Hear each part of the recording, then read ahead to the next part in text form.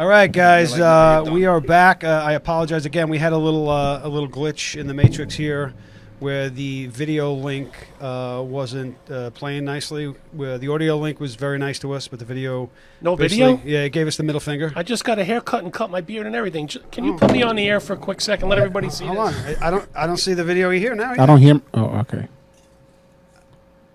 We're on? I don't know. It's a new feed. I understand. I sent out the new feed. And the problem persists. I don't know. I know I have a face for radio, but I mean, can't we just get me? I mean, one that only a mother could love. Yes. Yeah, the guy from Patterson, he cuts my hair. We're good. He sees it. All right, we're good. I'm going to put my phone down, so just to not give Josh a heart attack. Could people please comment on how good looking I am and how much like my Tom? Take your hat off. What does your hair Okay, look like? on a scale of 1 to 10, how you're not bad. How You got good that looking George Clooney is that's No, I don't want to George be rated Clooney, 1 to like 10. George What I'm Clooney. saying is I got the nice fresh cut with the beard, the haircut, all for the show. Yeah, on And the then scale and of then 1 the to video 10. goes kaput the whole On time. the scale of 1 to 10, I want My the haircut. audience. Yeah, but on my hair. that 93 picture though was this big and fluffy. I'm never gonna listen. I'm never gonna go back to the 98 degrees, 93 haircut. I tried growing it out one time. I looked like Kim Jong Un. Just saying. So And nobody told me anything until afterwards. You know, like when you have a bad haircut. No, I don't. Okay. Well, this was a fucking bad haircut. Oops, sorry. Sorry. Hold on. You mean we're worse than the red mohawk? No, the red mohawk. I did that. So you're gonna feel bad now. I did that because I ran a half marathon. This was right before the heart attack, Tom. I don't know if people heard about that, but I ran a half marathon, and a little girl, she had a form of childhood cancer. Her name was Scarlett, and I was selling off parts of my body. Like if you want to put an advertisement on my arm, it's $500. We raised like $14,000 for I forgot the name of the charity out of St. Luke's Network for childhood cancer. And she said, Scarlett is my name. My favorite color is red. I'm like, all right, I'll shave my head and I'll do a mohawk. That's when he stopped drinking mayonnaise after the heart attack, right? That was the yes. That was the So when I said I had no previous history, I did not tell the doctor about all the cheeseburgers About the and everything mayonnaise. else. Yeah, the mayonnaise and stuff. All right, so if the video is working, which I'm told it is, I don't know, I put my phone down. If you look to my right on this side, we have another special guest in tonight, Will Jimeno, Port Authority Police Department retired. Will was one of the very few survivors that was pulled out of the 9/11 attack, along with his sergeant. And Will has agreed to come on. Very ridiculously appreciative. Like we said earlier, it's not a good time. It's not a good time of the year for law enforcement officers that were there. You were actually in it. As opposed to us that were there after the fact. So thank you so much for coming in and sharing your story and hopefully going to get into that day and your day every day since. We spoke earlier about recovery. Recovery is not something like this. You don't recover from the physical injury. Everyone says, "Oh, recovery. Yeah, the broken bone healed or the wound healed." Recovery isn't always about the physical injury. So this has been a lifetime for you. That was, under that rubble, and very appreciative of you coming in and taking the time to talk to us about that. First of all, I want to just say thanks for having me on here, and it's always good to be around brothers in blue and people that really love America.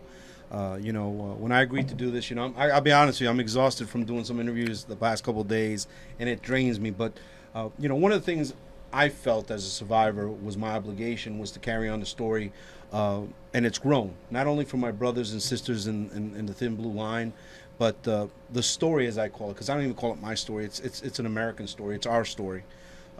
It's something that resonates with a lot of people. I've been blessed to be able to speak to people throughout the country, and the lessons we learned from 9/11 is something that resonates with people in all different walks of life. But of course, first and foremost for me is remembering all my fellow officers that died. The 37 Port Authority officers we lost, the 23 NYPD officers.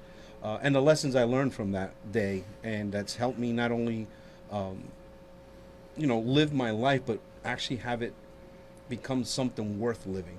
And today, especially today with what we're going on, the attack on law enforcement, that's really unjustified. I think it's important that people hear a story that 19 years ago, which for me was like yesterday. For Mike, he knows. Resonates what needs to be taught to this generation, that the law enforcement, men and women of law enforcement, are willing to give their lives, and they have been giving their lives. I mean, you've been reading off names as you started the show, and it's a realization that I understand that what they're seeing on TV today makes them think like, unfortunately, African Americans are being killed by police officers, but that's a false statement. When you look at the facts, you look at the numbers, you see that that's not the case. You know, unfortunately, things that need to be brought out to people's attention is, that, groups, the African American community is suffering in Chicago, New York, just the past several months, every weekend, and people aren't really addressing that. So that's something that needs to be addressed. But what I try to address is the positive things, the things that law enforcement do every single day. But if you see interviews, and I've seen a handful of them, and they're not just fluff pieces, where reporters go into those very communities that are being affected and ask those same questions, the overwhelming answer is we need the police. Absolutely. There's not no defund. Give us more. I worked in a place where we had 400 cops in 1 square mile in the 4-6 in the Bronx. And it was a small little place, and we were overloaded with crime. And you know what? We had 400. We could have used 4,000. And those folks in that community, they appreciated what we were doing. And right now, they are. They are. It's not. It's like people saying, "Well, the world is full of really bad people." I truly believe that the world is full of more good people than bad people, and the world is also full of more people that support law enforcement than those that don't. The people that don't, they are the ones on the podium. They're the ones that you see on the news stations, not the regular people saying, "Hey, man, no, I need more." And that's not sexy, and that doesn't bring in advertising dollars. But the reason the reason I sleep at night is because I know that the police are on the street. Well, the thing that 9/11 taught many people and should teach this new generation is that politics ruins everything. But on 9/11, when we were all attacked, remember, these cowards attacked innocent people that were just trying to live their lives to make a better life for their family. First responders stepped up, put their lives on the line, gave their lives, and it didn't matter what color you were, what religion you were from, who you loved. All we cared about is getting people home to their families. And that is something that is true today. And so, on that day on 9/11, I share the story with people because I'm no different than anybody out there. And I really want the men and women that are listening to this right now, who especially are going through a hard time, because my heart goes out to every brother and sister that wears a shield right now and is questioning, does my department have my back? Does my community have my back? And the realization is, like you said, that your community does have your back. Your department should have your back. But, understand that without you, we have chaos. So when they say that the thin blue line is racist, they're absolutely wrong. When you take that thin blue line away, you're going to realize, like we've seen in all these protests, when someone gets injured, they're yelling for the police. Sure. They want us. And that's I guess that's our curse, right? Right. They don't want us, but they want us. Well, on around the 13th or 14th September of 01, I remember being in a police van going down West Side Highway and getting down like the Canal Street and a little bit lower. And, there were 2 vans and there was 10 of us in the van and whatnot. And when we got down there were people holding up signs and they were cheering and they were yelling. And I've told the story before that I got goosebumps. That's the only second time as a police officer that I got goosebumps. No. Yeah. And it was the day we graduated from the police academy here in Sinatra, New York, in MSG. Goosebumps. And that day, unfortunately today, not if something of that magnitude happened, but that same van full of cops drives past that same street. They're not yelling and holding signs. They're throwing buckets and they're throwing bricks. These are our same community for that gang mentality because people are sheep. They're told something, they believe it. But to that point, I want to be fair that I think who are throwing those buckets are a new generation that has not been educated right. And, I'm blessed to talk to a lot of schools, and I tell people basically my story. I came here to the United States as a 2-year-old kid from Colombia, South America, Barranquilla, Colombia. And for those of you who don't know where that is, that's where Shakira's from. Everybody always knows that. The kids always love that. Oh, we know Shakira. But hips don't lie. That's right. But the point is that when I go around the schools, I tell them what my mom taught me. My mom said, listen, be proud, because we're all immigrants. America is based on immigration. And my mom taught me, be proud of your heritage, but we come here, we're going to learn English, we're going to fly the American flag, and you're going to do something to give to this nation to make it what it is, the greatest nation on earth. And that was instilled in me.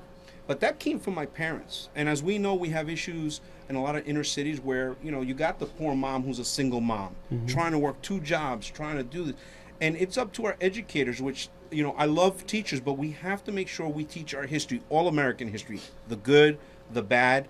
And what 9/11, and I just saw on Facebook that the firefighter dad's Lee Iepi said 9/11 should be part of the curriculum, and it should be. And I'll tell you why, because people, no matter what background you have, you're going to realize an event that big, that magnitude, changes us all. Well, they teach Pearl Harbor.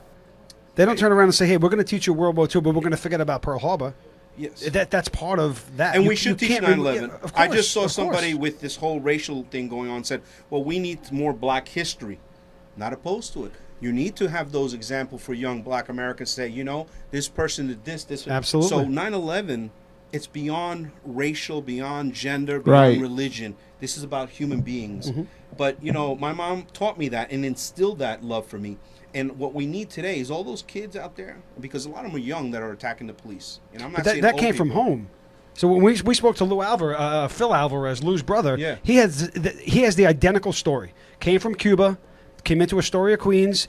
Parents said, "Look, we have $36 in our pocket. We're going to make it happen here." They both joined the Marines. They both become police officers. Like what you're saying has to start at home. Well, that's why it's important school's that great. everybody School's everybody has great. to take the It's time gotta to be. speak to their kids Of at course. dinner time. Shut the cell phones off. Talk about things. I know it's hard because it's easy to get distracted in today's Mm-hmm. technology, but people have to understand that on that day, on 9/11, everybody was living their life. Things were good. There was peace for the most part, in the world. And then, I remember I was on post at the bus terminal, on 42nd 8th Avenue, standing under the awning. I look over the corner of 42nd and 8th. I see a sergeant of mine, Sergeant Bill Ross, along with Pat McNerney and another Officer Sanchez, and they're just outside the awning. And I turn around and I see this shadow come over 42nd 8th Avenue. And you're sitting there, I'm like, "Oh, I didn't think anything of it." That's when our radios crackled, and they're calling us all back to the desk. So as I'm walking back to the desk, I hook up with another fellow officer, Dominic Pizzulo. Dominic, which is extraordinary, was a high school teacher. He left there to actually do better for his family and make more money with the Port Authority Police. And we're walking back then. He's my classmate. And the amazing thing is that we graduated only 9 months prior to that day at the World Trade Center, at the Marriott. We were the 100th class. It was a big deal. And, we're going back to the police desk and come around the corner. And I share this with everybody. I share this with every academy, even the kids I talk to. Something I learned in the Navy, because I served in the Navy, was follow somebody in that knows what they're doing, because your chances of coming out are much higher. And it's always burned in my mind. And as I came around the police desk, I see the lieutenants, the sergeants, but there was one particular sergeant I looked at. I could see concern in his face. That was Sergeant John McLaughlin. I had been to a couple gun calls with him. He was somebody that I said, man, this guy's a leader. And that always stayed in the back of my head. But we head over to the reserve room, our break room, come around, New York One's on, and man, there's the Trade Center. Big black hole coming out of it. And for those that are listening who don't know who the Port Authority Police are, we have all the major transportation facilities in New York and New Jersey. We've got the airports, the bridges, the tunnels, the World Trade Center, the bus terminal. And one of the things they taught us is, listen, we're going to do the same job pretty much as every other cop in America. We work with our brothers at the NYP, the different departments on the Jersey side. What sets us apart is that we're a target-rich environment. When people think, what do terrorists want to do? They want to kill as many people as they can. Our facilities, as Mike knows, 93 Bridges, was tunnels, it. yep. They blew up a truck. And the senior cops would always say they're going to come back for those towers, because those towers represented the strength of America, our financial strength, our brute strength. I remember I grew up in Hackensack, New Jersey. I could see that could see 'em. skyline. Yeah, sure, And you could see 'em. it hurts me not to see those buildings anymore. But they knew that that's where they needed to attack. And when I saw that, it brings you back to your academy. Like, we all go to the academy, we learn things that sometimes we never have to use. But I'm like, holy shit, this is happening. And I turned around and, I said to the young cops today, I'm like, yeah, I grabbed a payphone. Hopefully people know what a payphone is. But I grabbed the payphone. I got a hold of my wife, Allison, because I always made it a point, if something happened to BT, to call her. I'm like, hey, I'm okay after everything. And I got a hold of her because the phone lines were tied up. And she said, what's going on? I said, man, I don't know. It looks like a plane flew into the Trade Center. And that's when our inspector came out and said, hey, we commandeered a bus. We're going to start racking names off. You guys get on the bus. So I said, baby, I love you. Hung up, which actually helped her during the day, because at least she spoke to me, right? And I remember myself, Dominic, Mike Robles, another senior cop that I looked up. We get on the bus. There's 20 of us. And Sergeant McLaughlin gets into a Suburban, and we're flying. And usually takes what about? Sometimes with traffic it take you 30 minutes. Sometimes to get a Straight train across town, sure. from across town. We were flying that day, flying. And I remember just like cops are, right? We're still on the bus. Guys are bullshit. It's not, it's just an accident. Yeah, it's a There's Cessna. no It's a way, little like, no Yeah, big deal. that's what they thought at the time. Yeah, but it's just cops, right? We're still going to call and we're still bullshitting. Like I always say, you never grow high school, Where the bus got quiet was we were 2 city blocks back and we look down and we see a guy in the middle of the road and there's an FDNY bus working on him. And this guy looked like he's dead. Something looked like it came back 2 city blocks back and hit him. That's when we got serious. We go another block up. We're looking at Vesey. We pull up and we're getting off there. And I mean, I don't have to describe it because everybody has the video, but I mean, I step off here. I was in the military. I never thought I would see what we saw that day, what everybody was seeing. It was like, we're at war. It's third world country on looking our shit. Yeah. soil. And you're looking up. And, and I tell everybody this because I think I was always, since a little boy, I wanted to be a cop. Cop to me are heroes. Cop to me are Superman, Batman, And you think you put on that uniform, you put on that shield, you put on that gun belt, you're indestructible. And when I was standing there looking up, I felt like I'm in front of the ocean. And then one of our senior officers said, look, they're jumping. And we look up, and people are jumping. And the only thing I could think was like, we're fucking cops. We need to get up there. We need to break a wall so they can see our patch and we get people home. Doesn't matter what color, where you're from. We just want to get you home to your families. And I remember that feeling of helplessness. That's when Sergeant McLaughlin came running up. And he had parked the Suburban on Church and Vesey, and he came up and he said, I need volunteers that knew how to use Scott airbags. I don't know who did it, who said it first, myself, my partner, Dominic Pizzulo, and our other classmate who graduated with us, Antonio Rodriguez. Antonio had 4 years on the NYPD, had come over to the Port Authority, and we volunteered. So you guys pretty much, and I don't think a lot of 9 people knew months. that. I didn't, one time you told the story, I was shocked to find out you only had 9 months 9 on months. the job when that happened. 9 months. So 9 months, and the other guy 4 months, and then the No, sergeant. we were all had 9 I mean, we 4 all, years. We, yeah, 4 Right. years, then he came over from the NYPD, but 9 months on the Port Authority. Right, all 4 years. Yeah. So you had a former city cop, a former high school teacher, and I was working corporate security before I got on, Right. Basically a smack in the ass to get in there. Yeah. Like, Well, you know what? We just volunteered, and we start running. For one city block, there's nothing but debris. It's just bad. And I tell people, I'm honest. I was scared. I was really scared because as we're running toward the buildings, I look back and I see the rest of the cops back there, some more firefighters. They were staging. And I knew they were going to have a job to do later, but we were running. Right. And this is what I tell kids, and I want to remember any cop out there who is on the job. And I think it's important to reiterate that you took an oath. Don't be that cop that you get a call and people need backup and you take your time for whatever reason. I know they're out there. I always tell people, nobody's asking you to be a hero, but don't be a zero. You took an oath, and people depended on us, as they do today. And as always, I'm proud to say, as being a cop, that we always show up.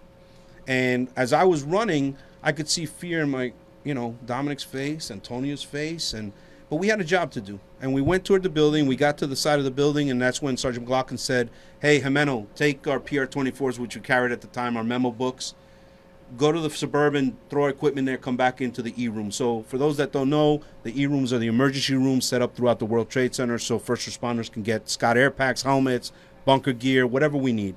So they went into the E-room, and I ran up to the Suburbans. I came around the Suburban. I threw the equipment in the passenger side, and that's when I said to myself, hey, dummy, pay attention. There's shit falling out of the sky. The Suburban had been smashed. A big piece of concrete came down. I'm like, wow. That's when I looked down Church Street, and I just see, people, hundreds, thousands of people look like to me running out. Because on the way down, we never knew that the second plane had hit. So when we were en route, the second plane out, when we got there, I see the big black hole, and I saw the corner of the other building on fire. I'm thinking, okay, there's a deflection. The hardest part about looking up that way is every time someone jumped, it's like taking a pebble and you throw it into the water, and it makes that ripple effect. I knew that someone's mother, brother, sister. And I tell everybody that today, that remember, if you ever feel like your life is not worth something, and I'm talking specifically to my brothers and sisters out there who are having a hard time right now, and unfortunately we talk about, the number of people we've lost, and not only in the line of duty, but those fellow officers that unfortunately take their own life. I think it's something that needs to be addressed. Your life means something. It's addressed every day, man. And every time I saw someone jumping, your life means something. When we lose you, that pebble thrown into the water, that lake effect, you're touching so many lives. So remember, I want you to remember that your life means something. Never give up. But at that point, ran back, hooked up with the guys. One thing we promised each other is we wouldn't leave each other. We put on our Scott Air packs. We look like firefighters with guns on our side. Sergeant McLaughlin said, we're going to go downstairs, get some more equipment down at the police desk. So I had only been to the World Trade Center twice on protests. Luckily for me, John McLaughlin was there in 93 and helped set up the security after 93. So this guy knew the buildings like the back of his hand. So I go back to... And they're amazed. Better than me. It's insane. You can get lost in a heartbeat. In light, in a perfect conditions, you can turn around, you don't know where the hell you are. Yeah. So running around the Pentagon. Right? Yeah. He knew everything. So trusted him, go down to the police desk, go to the police desk, and I'm telling you, it was like, this doesn't make sense. Your mind's trying to wrap you around the fact that there's a piece of a plane at the police desk. The detectives have brought a piece of the plane down. Okay, I understand a plane but your mind's still and I think a lot of guys can relate that when you go into a scene sometimes, it's like, man, this ain't right. You're still functioning, but you're like, wow, this is weird. And the detectives had that, so at that point, we grab more gear, we start going upstairs, we get up to the mall level, and we start coming out. And I tell everybody this. One of the things I saw, and I wish I could actually somehow just take a needle and shove this into the American culture right now. I saw a lot of love that day. I saw a steady flow of people coming out of Tower 1. There was a black man with a white man carrying a blonde woman with severe cut in a single file line. People were yelling, people are hurt, people have passed. And I said to myself, man, if these civilians can be this brave, us in uniform, we got to be 3 notches above, because everybody cared about each other that day.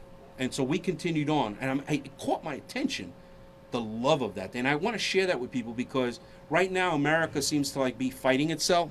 But I tell people there's a lot of love here. Don't listen to the news all the time because they like to play us.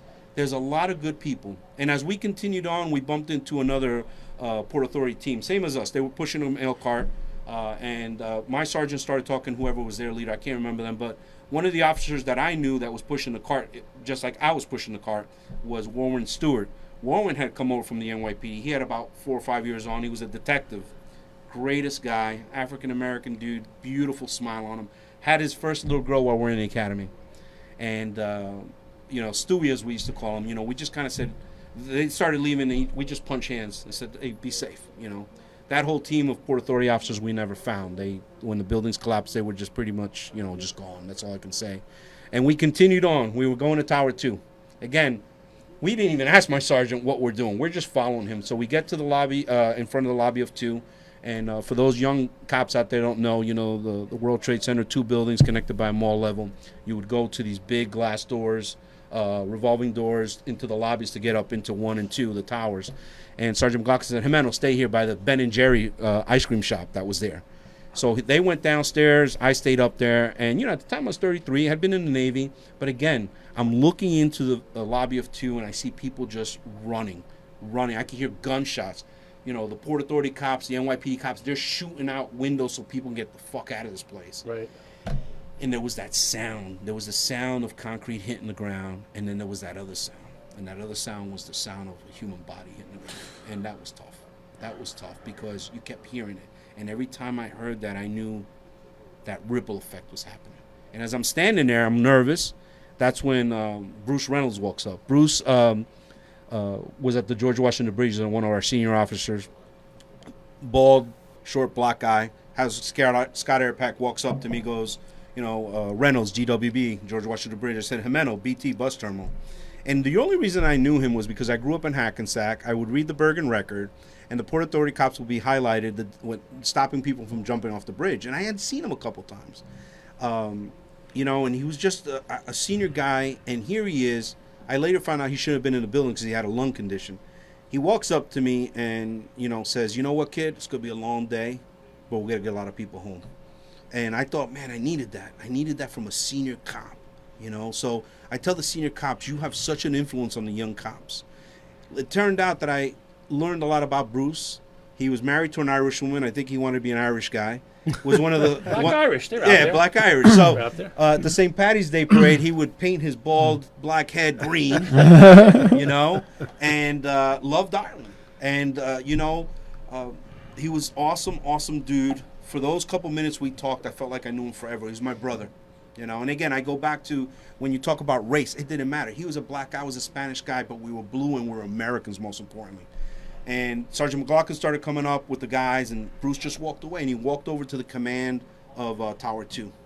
And that's where the last I saw him, and that's where he lost his life. And they ended up finding his body, I believe, the following year, maybe February, March, exactly where I told him, you know, right where I saw him. Because at that point, we start now departing Tower 2, and one of the main reasons I'm alive, and I got to tell everybody, is Antonio Rodriguez. Antonio says to me with his Portuguese accent, Will, let me push the cart now. You've been pushing the cart from the police desk here. So he's thinking teamwork. He goes, wherever we're going, if you're tired, you're not going to be any good. So what are we, right? I'm good. I'm tired. Makes sense. Sweating, and we got all this gear on, adrenaline's going, you know. And before I skipped the part here, I apologize, but on our way up, we bumped into another officer, Christopher Amoroso. Christopher had been transferred from the bus terminal maybe a month or two before the attacks to the World Trade Center. And this guy, he was like a class ahead of me. But you know the guys, you know the saying, I'll go through a door with you. You know, you trust this guy with his life. That's the kind of guy he was. He had taken a hit in the eye. It's a famous picture of Christopher Amoroso saving people.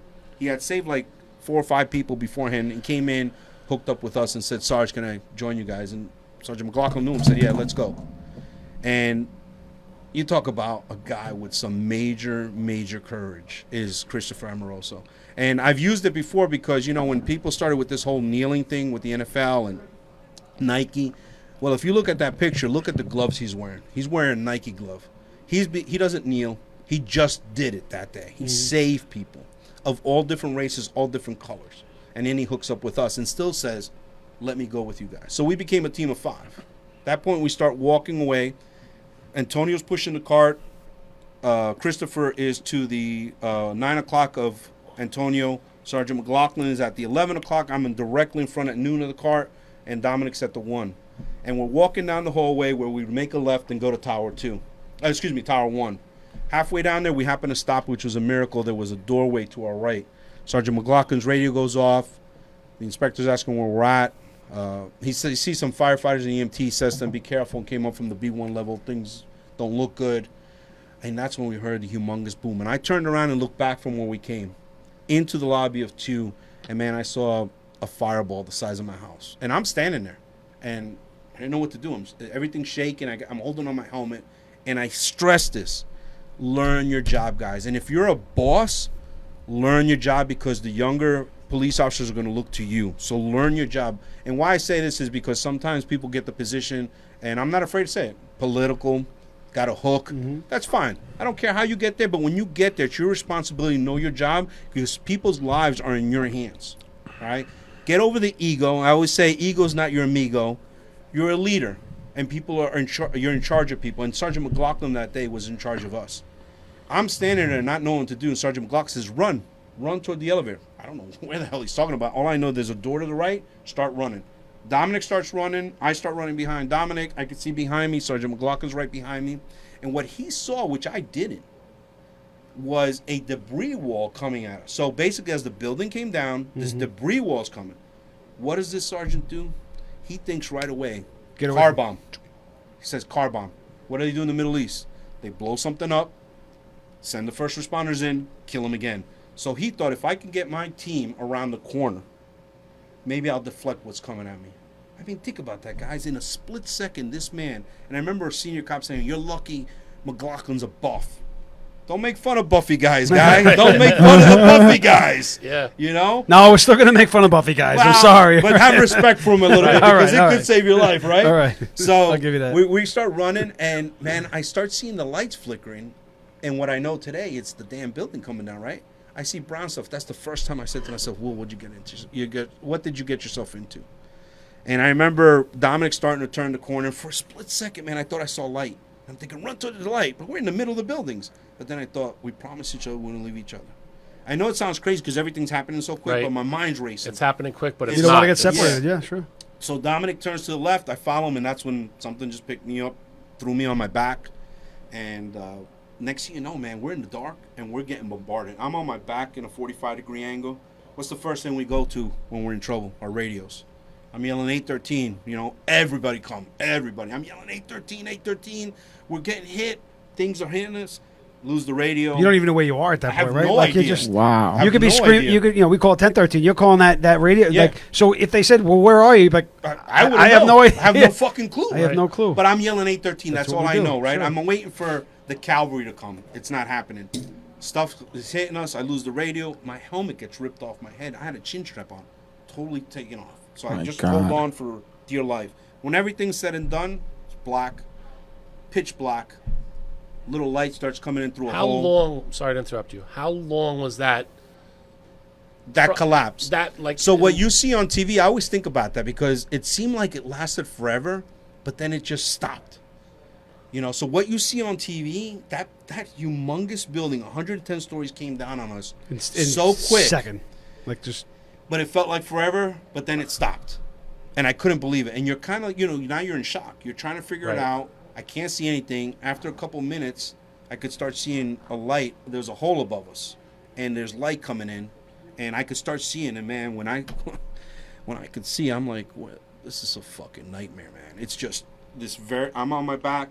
There's a little space to my right. I look down, and Dominic is buried to my left in a push-up position. I see this big thing of concrete, which now I know it's an actual wall that fell on me. And I look in front of me to the edge of my feet, and it's nothing but a concrete wall. Did So- you know at that point that? Did you realize? You didn't No. realize at that point the whole No, tower came down. never, You just ever thought thought. some things fell and. Just all like I the know- walls here came At down. that point, I'm like, we're fucked here. Right. That's what I thought. I'm like, holy shit, what's going on? You know? As you're talking about this, the scene from the World Trade Center movie, Mm-hmm. that's what is coming down. In my head, it's playing that scene with the tower's falling, yeah, Well, right? that movie is based on this story, yeah, Christian. You know that? Yeah. starring Nicolas Cage. Yes. And don't forget Michael Pena, your Latino brother. That's Yeah. it. All right, let's not forget that. Yeah. Yeah, like that. Michael's better looking. That's than me. the whole scene's playing right now in my head. As Well, you're you know, talking, they like, did a great job with the film. We were honored to have those people, but Except for Jason Thomas being played by a white guy. and you know what? Sorry. No, it's true. And I'll tell you what, though, that's something. And I'll get to that at the end. I'm glad you brought that up because I'll tell you what, that's the kind of human being that man is. He didn't care about color. The only thing that pissed him off was he's a U.S. Marine and they put a fucking Con Edison hat on. Oh, That's what he was pissed off about. he should be pissed off. Yeah, he about said, that. listen, I didn't care that they made me a white guy, but that fucking Con Edison, I'm a goddamn Marine, But it Oh, shows bless you him. what, yeah. his character. His character is his integrity is on point. I'll get to him in a little bit because that guy deserves a lot of recognition, not only for what he did that night, but what he did for 3 weeks later, which is stay there humbly, recovering people, bringing people home. But when everything happened, Sergeant McLaughlin at this point is 15 feet back or so from me, and he's in a fetal position, and he's just stuck, believe it or not. And he so you guys like in almost like a cave type of thing, cocoon, or if you will. I mean, it's. so can you see McLaughlin? Can No, you I see? can't see him. But you He's- can hear him. Like there's. He's behind concrete. So I'm here. I got the hole up here. Dominic's here, and I got a wall of concrete all around me, and I can hear him. And he says right away, "Sound off." So you see, like taking roll call, like who's with us? Yeah, type of right, thing? yeah. I mean, when I talk leader, this man, there's Yeah, not you- enough words yeah, I you can ain't say kidding, about man. him. He says, "Sound off." I said, "Jimeno." Dominic says, "Pizzulo." That's all we hear. For the next couple minutes, I'm yelling, It started A-Rod. with 5, right? 5 of us. So I started saying A-Rod, which was Antonio's nickname, Chris. A-Rod, Chris, nothing. And that's when Dominic said, "Willie, they're in a better place." And man, it hit me like I have no words. That we just lost 2 brothers, 2 fathers, 2 sons, 2 great Americans. I knew they were gone. And at that point, Sergeant McLaughlin said, "Stay focused, whatever his condition." I told him, "Man, I'm in a lot of pain because now the shock is wearing off, and this big piece of concrete is literally flying on me, squishing me, crushing me, and it was painful." But Dominic says, "Hey, I'm okay. I think I can maybe shimmy out of here," but it was such a tight space. So it took him a little bit. He gets out of his Scott Air Pack, literally crawls over my face, and gets into this little area. And this is a tough situation now because Dominic says, "Sarge, I could see this hole. I think I can climb out." And Sergeant McLaughlin said, "No, you got to get Jimeno out, and then you and Jimeno get me out, because if you go up there, it's a debris field. You'll never find us." And this is a tough question. And when I was in college, Captain Menta from Hackensack PD gave us an example. If you wanted to be a cop, and it always stayed with me. He goes, "It's 5 minutes to the end of your tour. You're in Hackensack. You're in a little alley, hidden away. Nobody knows you're there. They call off in Lodi, bank robbery. Guys are armed, heavily armed, and the car that the bank robbers are in, pass you. What do? Do you stay there quietly? Nobody knows you're there. You can end the tour. You don't have to confront these guys that are heavily armed and shot somebody. Or do you put the lights on and you go after them?" And Mental used to tell me, not to me, but all of us, don't answer to me. Answer to yourself. What it means to be a cop. And Dominic had a tough decision because we were all parents. And Dominic said, "Sarge, but I can get up there and go and get someone." Sergeant McGlock said, "You got to get Jimeno out, and then you two guys get me out." And me and Dominic had a heartfelt discussion. He's like, "Willie, man, I got a wife and kids." I said, "Bro, I got a wife at home, and she's 7 months pregnant. I got a little 4-year-old girl." And I said, "Dominic, if you leave, we're not going to find us." And that was a tough conversation because we really talked about it a little bit. And Dominic did what I felt, what a cop did. He goes, "Bro, I'm not going to leave you." So he starts to try to get me out. For the next experience, whatever time it took, maybe 15, 20 minutes between towers falling, he's trying to get me out. And believe it or not, there was a piece of rebar around me with a piece of concrete on it. And Dominic, dude, was in shape, man. I mean, he was a weightlifter. The guy was just, a great guy. And he's trying to take this concrete, and it would whip back this rebar and hit me.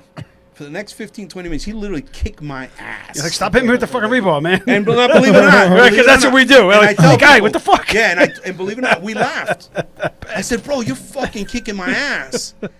And he said, we laughed a little bit. Believe it or not, I tell people, even in tragedy, the laughter helps us as human beings. Right. And then Dominic kind of just says, "Willie, I can't get you out." And let me tell you, the fear that came over me, like, we're in trouble. That's when we heard the boom again, the second building. Wow. Coming down. At this point, I always did this to my wife and my little girl. "I love you" in sign language. Right. So I just took my hands, crossed them over because I figured I was going to die. If they find me, then, they'll hopefully tell my wife, "Hey, this is how we found them." She would have known that I was thinking about her, And at that point, man, I could hear Sergeant McLaughlin yelling because at this point, he's being crushed bad. Bad, bad, bad. And Dominic's standing couldn't really stand, but this piece of concrete comes in and hits him, sits him down like a rag doll. When everything stops again, I look over. I'm in more pain. I can hear the Sarge yelling. And I look over, and here's my brother, man. Just love him to death. Just blood coming out of his mouth. And he goes, "Willie, I'm hurt." And I'm like, "Man, hold on." That's all I could say. And he said, "I'm dying, bro."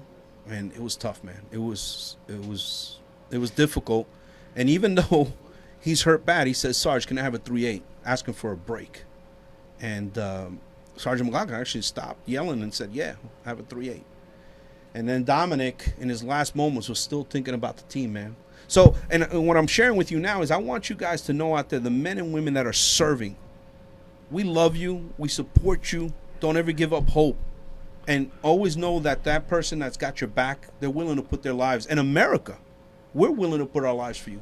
But Dominic, at that point, takes his sidearm out in a last-ditch effort to let somebody know where it's stuck down there. Takes his gun, fires one round up into that hole, and then passes right before my eyes. And it was...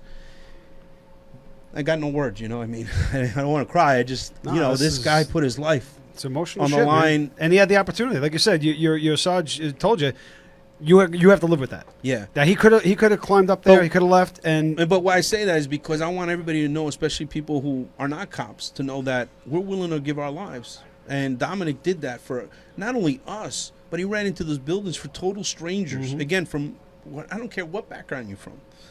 Dominic passed, and I said, "Sarge, Dominic's gone." He said, "Stay focused." Now, mind you, my sergeant at this point is in a lot of pain. And as it continues, he was straightforward with me. He said, "They're not going to come in look for us till they secure the area. We don't know what's going on up there." We didn't know the buildings had fallen on us. So as time progresses, That was a good thing, probably, Will, right? Yeah, I guess, because we didn't know. I would have freaked out even more, probably. yeah, you're thinking, it's no big deal. It's just this floor. It's just this wall. They're going to come in. They're going to clear the shit out. We'll be out in 2 hours. Yeah.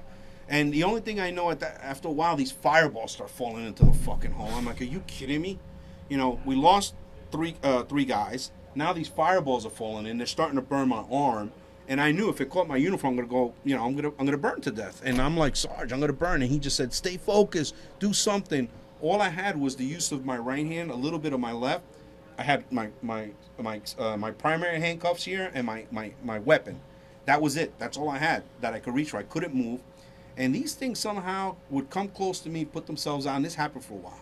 Like And debris, like They were like literally like fireballs falling in. I just jet fuel. I could smell the jet fuel on it. Wow. Just from being like in the dollops Navy. of okay, gotcha. Just gotcha, stuff's gotcha. falling Just into the raining hole. down on you. Yeah. When I tell you guys, this is like your worst nightmare. You know, times a million. It's undescribable. You know, even what you see in the movie World Trade Right. Center. I remember Oliver Stone asking Scott Strauss from the NYPD, who was led my rescue, "How's this look?" And Scott's like, "No, you gotta make it worse than that." And Oliver would get upset. He's like, "Well, then I can't fucking make a movie because my cameras won't work." And so Scott said, "Look, you're doing a good job, but it was worse. It was really, really bad. Yeah, you couldn't script it. You couldn't you make it as bad as. You can't. It's You bad. can't replicate it. But after a while, next thing you know, Dominic's gun goes off from the heat, I guess. And I pow, pow, pow, pow. I'm like, what the fuck is And he's that? how close to you? He's like really right here, and the gun is shooting above me. So the remaining rounds shoot above me, and all I could do is take my hand, put it on my face, thinking, man, if a round hits, maybe my hand would stop it. But I knew better than that. Right. Somehow, some way, I'm alive after the gun discharges. And, By itself. well, the heat, I think, did something. I'm not sure, to be honest with you. All I know is the gun going off. But not only the gun, but you also have round. You got your spare magazines. Like that's Well, going on. his that gun- could be 50. Well, rounds, no, right? it was just his weapon because it was exposed.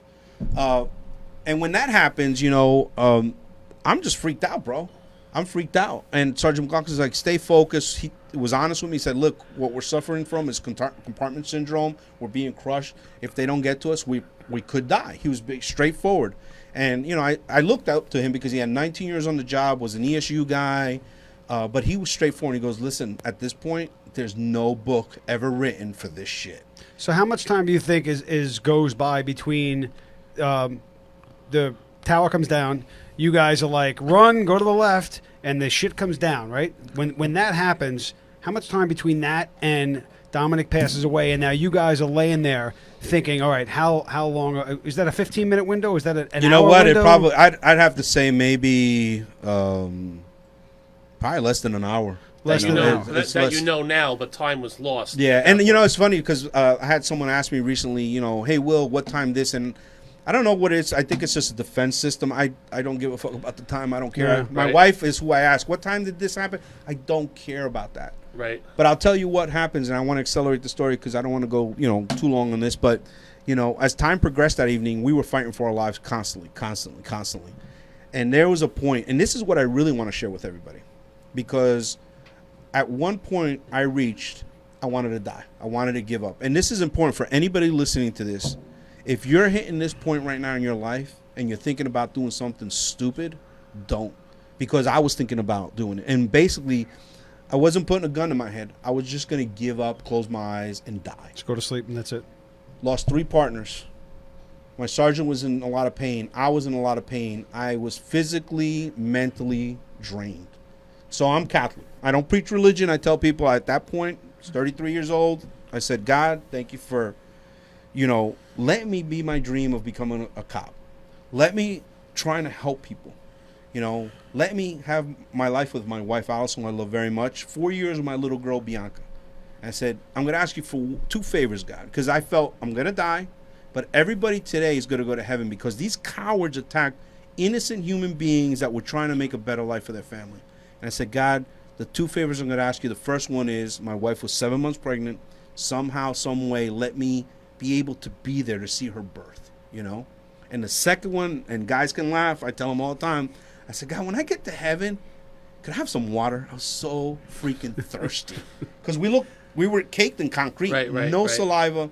And this is well into the evening. Or a Bud Light. A bottle of water or a Bud Light. Yeah, I'll take either one. yeah. But it gets better because at that point I tell people, you call it whatever you want. A vision, a dream. I closed my eyes to give up. I really did. And I see a vision, and this person's walking toward me, white glowing robe, no face. I know who it is. It's Jesus, right? And like I said, I don't preach religion. If you're an atheist, don't even pay attention to me. What I will tell you is this, that if you have no faith, you better get faith when you're about to die, because you need something to keep pushing you 1 minute, 2 minutes, 3 minutes till you find happiness. And at that point, I see this vision of this person coming toward me. Over his left shoulder is a pond with tranquil trees. Over the right shoulder, tall endless sea of grass. And what has he got in his hand?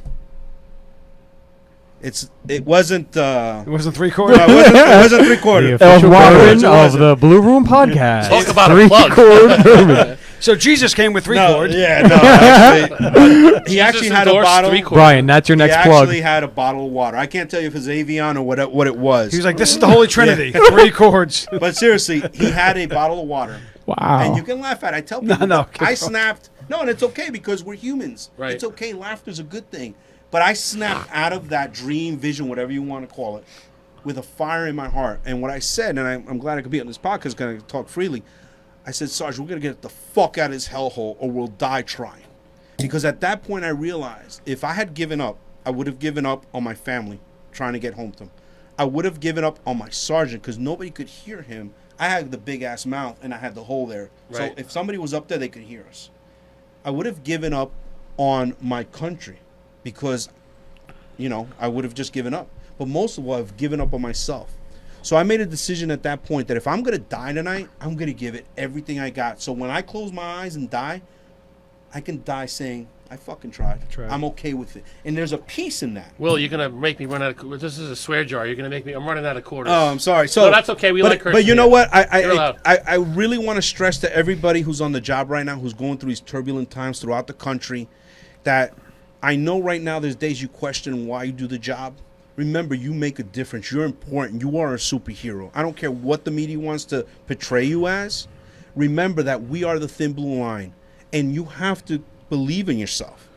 And if you're going to give up, you're cutting yourself short. How so far don't do was that. the hole from you? I would say, 20 feet, 30 feet up. It was So hard not for really me to tell. too far, but just so was- close, but so far. It right? was. And at that point after that, this went on for hours. We fought for our lives. And then finally, 8 o'clock, I hear, United States Marine Corps, can anybody hear us? Jason Thomas, who's an African-American. Dave Carnes, who's a Caucasian. Not in the movie, though. Not in the movie. But, and a civilian Right. came into the World Trade Center. Now, mind you guys, we didn't know. We were in the epicenter. We actually had both buildings falling on us. We were smack in the middle. Oh These my guys God. come in. They find us. It took them like 5 minutes to find because there was another hole, which I didn't know on the left side. And they're shining the flashlight down. And I'm waving my hand. And they're like, we can't see you. I'm like, holy, what the heck? I'm right here. Right here. Yeah, Right, exactly. right. Remember I said I was dry? I had no saliva. Somehow I got enough saliva right here. And I waved my hand and they're like, we got you. And I said, man, you got to get down here. We're hurt bad. And we lost guys. They're like, all right. They send a civilian down the pile, bumps into NYPD ESU truck 1. Here comes the fucking cavalry. Thank God. They get up there. Scott Strauss, Patrick McGee. My boy Patty. My Patty. Love him. And a recovering alcoholic civilian that was an EMT out of nowhere jump into this little hole, put their lives in there. All I could see was 2 bald heads, Scott Strauss's head and Chuck Sharika. He was putting an IV on with duct tape. And it was messed up that night. For those of us that were there, it just seemed like any equipment we had, everything was just, it went upside down. It was Right. like the upside down of, Stranger Things. We should be elite. We're looking like Boy Scouts here. Right. But the guys are trying their best. Scott Strout leads my rescue. They're passing debris back to Patty, who's throwing it down this elevator shaft. And they work on me for 3 hours. And during those 3 hours, I could hear people saying, there's a raging fire coming. And they were told, you got to leave these guys. So when this comes down, what floor do you think you're on? We're in the mall level. So which is like 5, 6 level? I couldn't tell you. I- All I know is on the mall I think it's level. ground level, the mall. We were in the mall level. No, but that Right. I think that's high. Well, there's a B. I think there's a So B2, basically, B3. there's like 30 stories of building above you that comes down, and somehow you wind up not only surviving, but people No. are able to get through 25 stories of debris. That like No, we had 220 stories hit us. the whole Both thing. buildings The came on debris us. came down and went Gotcha. out. It came down. So and went yeah, out so it too, went out, and we were in the epicenter. So yeah, I wish it was only 30. It's 220. Let's get it right. It's not The one mall building. It's level's- two buildings. mall all level- right. The mall level's pretty much ground Level, and then everything yeah. came So down. in part two, it'll only be 30 stories, and Jason will be black. But there are stories. But there are stories below the mall level. There are sub levels. Yeah, you have the B1 level, because that's what B2. they hit in '93. Yeah. They went to the sub levels. Yeah. So, but these guys were told to leave us. They worked on you for 3 hours while you were still. They the couldn't hole. get me. They couldn't get me out. It was I had rebar wrapped around me. Everything they brought, balloons to try to lift up the concrete were ripped. Everything, it was a nightmare. But Scott Strauss, at one point, I told him I could see the hole, and they had doctors up there ready to amputate us. And I said, cut my leg off so we can get out of here. Get me out. Get Sarge out. And what do you call it? And he said, no, we're gonna get you on a whole piece. And and let me tell you what a badass sergeant I had. He was in pain the whole night. We were yelling. When they got to me, I kept saying, you got to hurry up so you can get to my partner. My mind's in a different place. I'm talking about my sergeant. Right. They're thinking it's Dominic. They covered Dominic up. They knew he had passed. They thought that I was saying my partner, Dominic. Right. I'm saying no, and I never said McLaughlin. Maybe an hour into this, Sergeant McLaughlin goes, how's it going over there? Patty McGee, and I'm like, what the hell? Where'd this voice come from? And I'm like, that's my partner. And they're like, well, you didn't say that. They're thinking it's Dominic. Yeah. Right. It's Sergeant McLaughlin. For like an hour, this man Was laying there ate listening his to pain. work on you and doesn't Ate say, hey, his I'm over here. pain like again, superhero. And I said, that's Sergeant McLaughlin. Turns out Sergeant McLaughlin had cross-trained with the NYPD ESU. So they said, John McLaughlin, hey, Green Eyes, Patty McGee, because he's Irish, Right. says, hey, Green Eyes. Can't get much Yeah. more Irish than Patty McGee. Yeah, Patty McGee's like, they know each other. So now I'm like, wait a second. Not all these guys are my brothers in blue, but they actually know my sergeant. So you're feeling a little bit like these Right. guys are going to try. You feel like now, like all those other things that were happening, the fireballs, the rounds going off. Now it's almost like a shift, right? Now it's these guys are here. Now We're He starting know- to win. Yeah, right, we're winning he knows now. him, and like Well, at that point, you're not even thinking about winning. You're just trying to live. Right. But you felt like, wait a second, there's a right, connection the tide here. might be changing a little Yeah, bit. yeah. And at that point, Scott said, I'm not going to cut your leg off. We're going to get you out of here whole. And he defied the orders from above to leave us. They said, and I remember Scott and Patty just saying, if we die with these guys. I'm sorry. And the bravery that they showed that day, I love them to death. I mean, to say that we'll die. These guys have families, and they just like, we'll die with these guys. And that's what I want America to understand, that as law enforcement officers, we care so much, we give up our lives for you, and I want cops to know that I know what you guys are going through out there, and I know it's tough to see the cop bashing, but hold on, we're going to get through this. And I'll tell you what, they put me on a Stokes basket. I said, Sarge, hold on. They pulled me out of the hole, and that's the first time I cried that night. I didn't cry when the guys died. I didn't cry from the pain.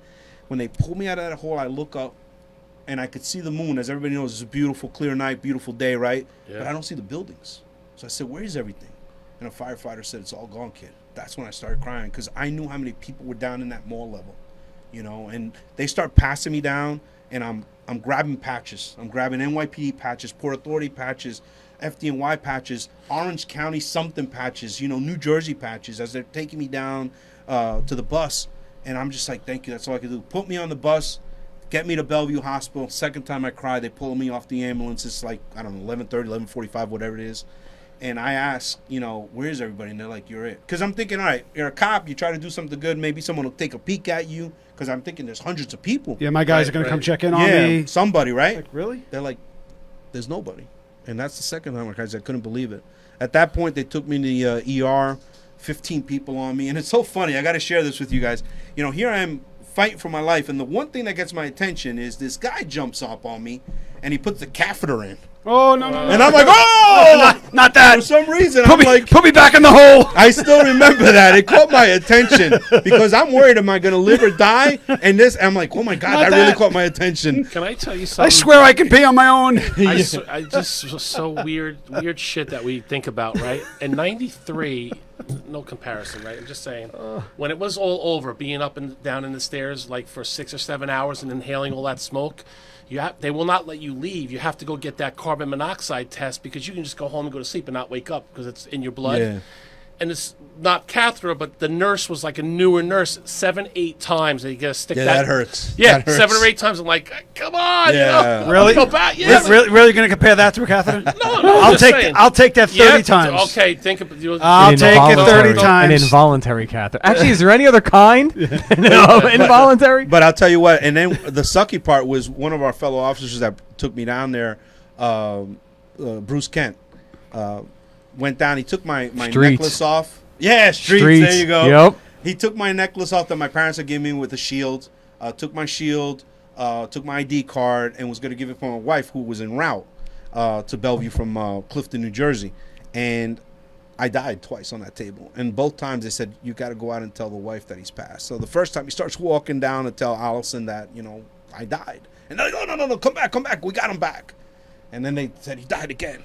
You got to go What? tell the family. I flatlined twice. Right. And Bruce always tells me, like, man, you don't know the burden of having to tell a loved one that a cop died.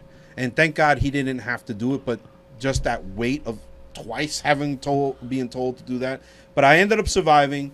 My sergeant came out the next morning around 7 a.m. He is the last man to be pulled out from underneath the World Trade Center. We didn't know till the following year when we went back to Truck 1 to thank them for saving our lives. Well, my sergeant got extracted by actually a bunch of firefighters, a NASA cop ESU officer, as well as one of the other NYPD officers from, I think, Truck 4. And so he had 18 guys working on him, all night long. And the same thing, they were told, you got to let this guy die. Basically, given the order. Did he get the catheter? I don't know. I don't know about that. But John Bushing from NYPD was his medical guy. And we didn't know till we went to visit them that we were the only. They said to us, do you guys know that we look for people for weeks, hoping to find people like in voids like us? And they said, you're the only two people to survive from underneath the World Trade Center. It was mind-blowing. My God. But at the same time, today, what I like to share with everybody is that when you watch the video of the World Trade Center, nobody thought anybody's coming out of there. But, we came out of there, 13 people in stairwell, Dave Lim, a fellow officer, and a K-9 guy, a Port Authority civilian. She passed in 2010. And I think it was like 12 or whatever firefighters. Jay Jonas led in the that crew. staircase when it collapsed. I can't even imagine. God bless them that, physically they weren't harmed, but mentally I can't even imagine that, But the recovery effort was legit, though, because, you hear stories all the time about people like falling caves, and they're down in a well, and then they're for 12, 13 days. So for a week or two later, it's not out of the ordinary to say, wow, there could be someone down there. But that was and you got to treat it with kid blow. gloves. Like, little by, it's not like you can just bring a machine in there. No, it's brick by brick, stone by stone. But that right there, what you're saying, was the crushing blow.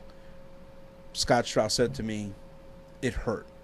It hurt because we couldn't find anybody. And he said, Will, you and John were the little bit of light we had that night, because for weeks we were hoping to find other people. I remember hearing from guys when it went from rescue to recovery, like the anger, like, no, we're going to go. We're going to keep going. We're going to keep going. Yeah. And that's what I want America to know right now. That attitude is what America's about. So I know right now, and I said this to kids last night, I said, right now, we're a big family and we're kind of fighting with each other, like a brother and sister, or sister and sister, brother. Parts of the family don't like each other. Mm-hmm. But we're going to overcome this because America is strong.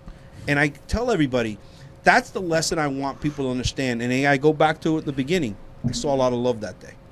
And everybody hung up their egos, their politics. They just cared. And I believe in America. And I'm starting to see more and more of America realizing this. That is true. I just saw the video we shared this evening of the officer who was attacked by an African American, and he went down. And other African Americans, who sometimes people say, oh, they're perps or whatever, jumped in, held down the African American that hit the cop, and held him till the cops came. Because I think it was a white cop, as a young black kid. Because communities are getting tired, which was what my mom taught me. You want to change perception, you change it by action, not talk. And I believe, in my heart, that communities like the African American community are tired of seeing the violence, seeing their cities destroyed. We're standing up now for each other because, we have issues and we can iron out and we'll look into them. but we're not going to destroy ourselves by doing. I so. also, People are I getting also tired think of they're that. tired of being painted with the broad stroke of the same brush, sort of like cops are. Exactly. A couple of cops do something really stupid, and then all of a sudden, all cops are assholes. You got certain dynamics in certain communities. Do something, and then all of them are this, all the Jews are that, all the Muslims are this, all the blacks are that, and people at some forget point- that till it's them. Exactly. You know, and I tell this to everybody: find me one person, one line of work that doesn't have some bad in it. You can't. No, doesn't You can exist. you can find bad parents, bad cops, bad firefighters. The list goes on. Bad producers. I'm sorry, Josh. You know, It's I don't want any slipped. problems. It slipped. It slipped. You know, but the reality is, till you're labeled like that, you realize what it's like to walk in somebody else's shoes. I'm not that guy. Nobody shows in America what, and this is what I tell kids: don't watch the news, because the news where it gets you, it's all the bad stuff. I promise you what we talked about. There's more good, what you said, Tommy. There's more good in this world than bad. If the news was to start showing all the good stuff every day, nobody would watch. Right. Because it's like, hey, everything's good. It does not pay the but bills. that doesn't pay the bills. And what I tell kids is, I love the quote by Edmund Burke: all that evil needs to triumph is for good men to stand by, do nothing.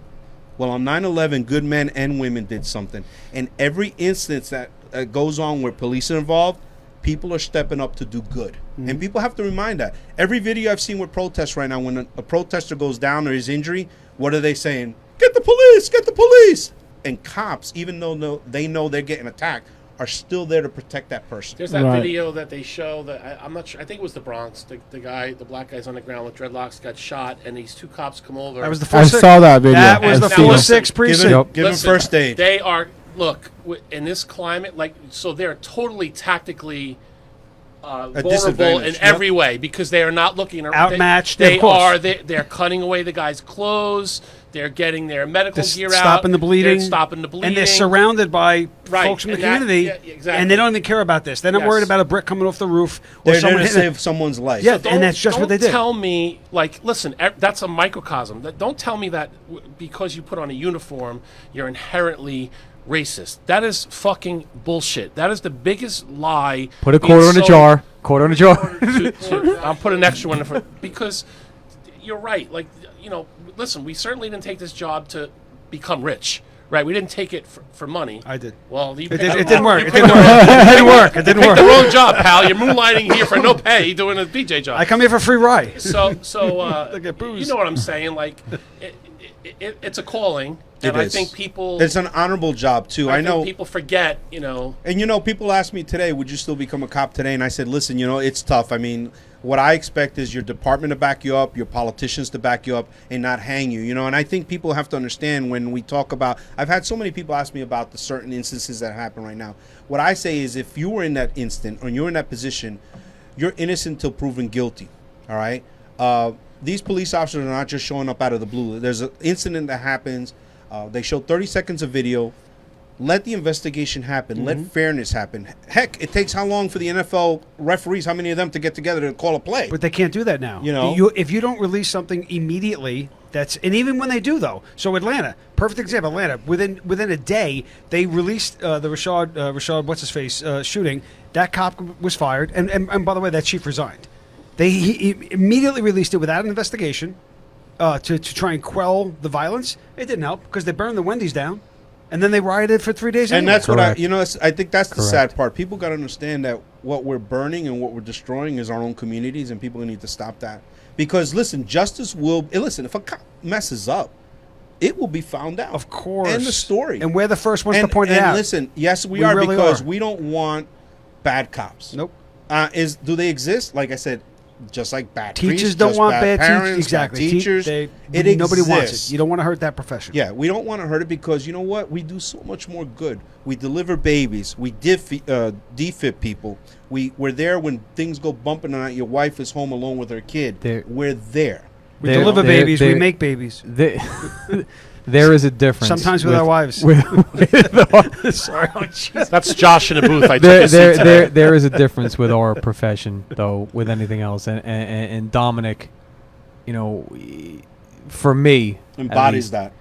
Embodies it. 100%. I mean, here's a guy I never met anybody in this family, have no personal connection with, yet I still get emotional talking about them, because I can't imagine. Well, I've already told you. You know, ever since they have the pools were finished, I etched his name and I put it in the back of my locker. That meant a lot to me when you and showed me that. It really I does. keep that in the back of my locker because That's how we keep them alive. that I can't imagine, as forget a police officer, just another human being. You just survived a building falling on your head, and you're free, uninjured, and you got a hold of freedom. However far from you, you could see it, reachable. Mm-hmm. Your own family, everything to worry about. But he stayed in that fucking hell pit.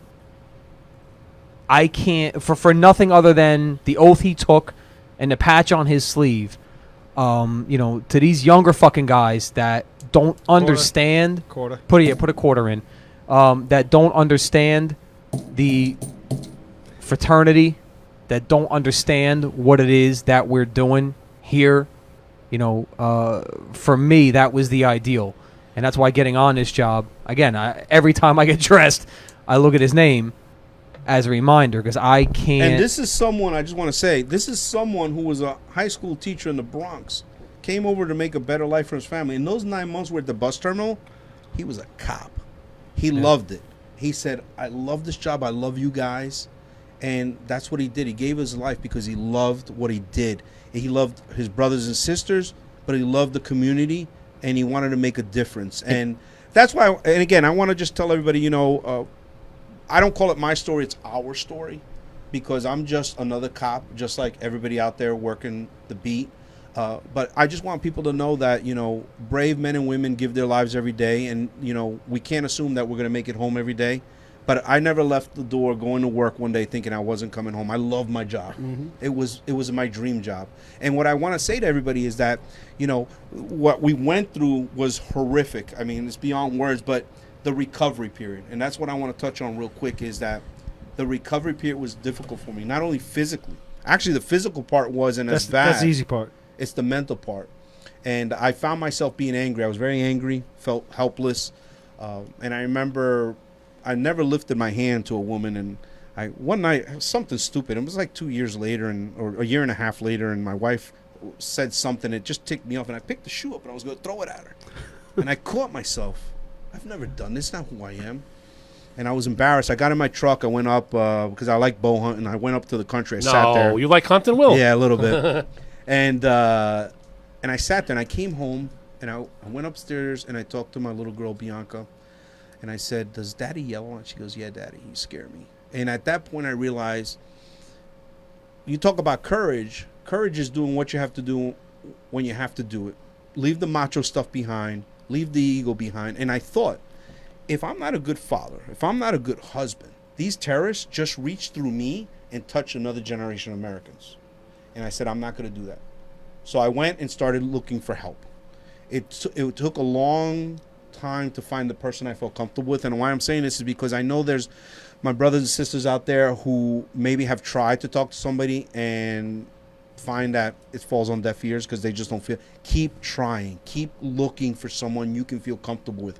And if you're someone who's dealing with an officer who has been in an incident, shut the fuck up and listen.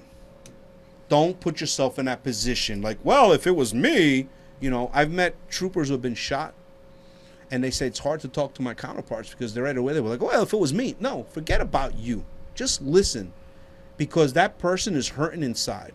They've went through a traumatic incident. And if you listen, you might be able to save their lives. You know, we lose cops every day to suicides. Listen. Well, this is what you've been doing, though, right, for quite a while now, doing speeches and talks with not only officers but also with children in schools. Well, you found this. That's how it started. Niche for you that this is important. And you know, it's funny. I didn't do it for me. It was 2003. My next door neighbor in Clifton came over and said, the kids are scared to get on planes. And I said, okay, what do you want me to do? He's like, can you come talk to them? And I didn't know. So I put my uniform on. I said, yeah, I'll try to help. I wasn't even walking right. And it came out of me. I've never written a word down. What you see in the movie, you can go back to my first interview, is exactly what I said. But the point was, what I share with people is how we've overcome the evil, how I overcame and at the time, I wasn't even close to overcoming PTSD. And you never overcome it. You live with it. I want to make that straight. Absolutely. But I started talking to these kids, and I remember, God bless Christina Rodriguez, Antonio's wife, told me they were honoring him in Portugal. And she said the kids didn't want to get on a plane. And she looked at him and said, you know what? If we fall to evil or we're scared, they win.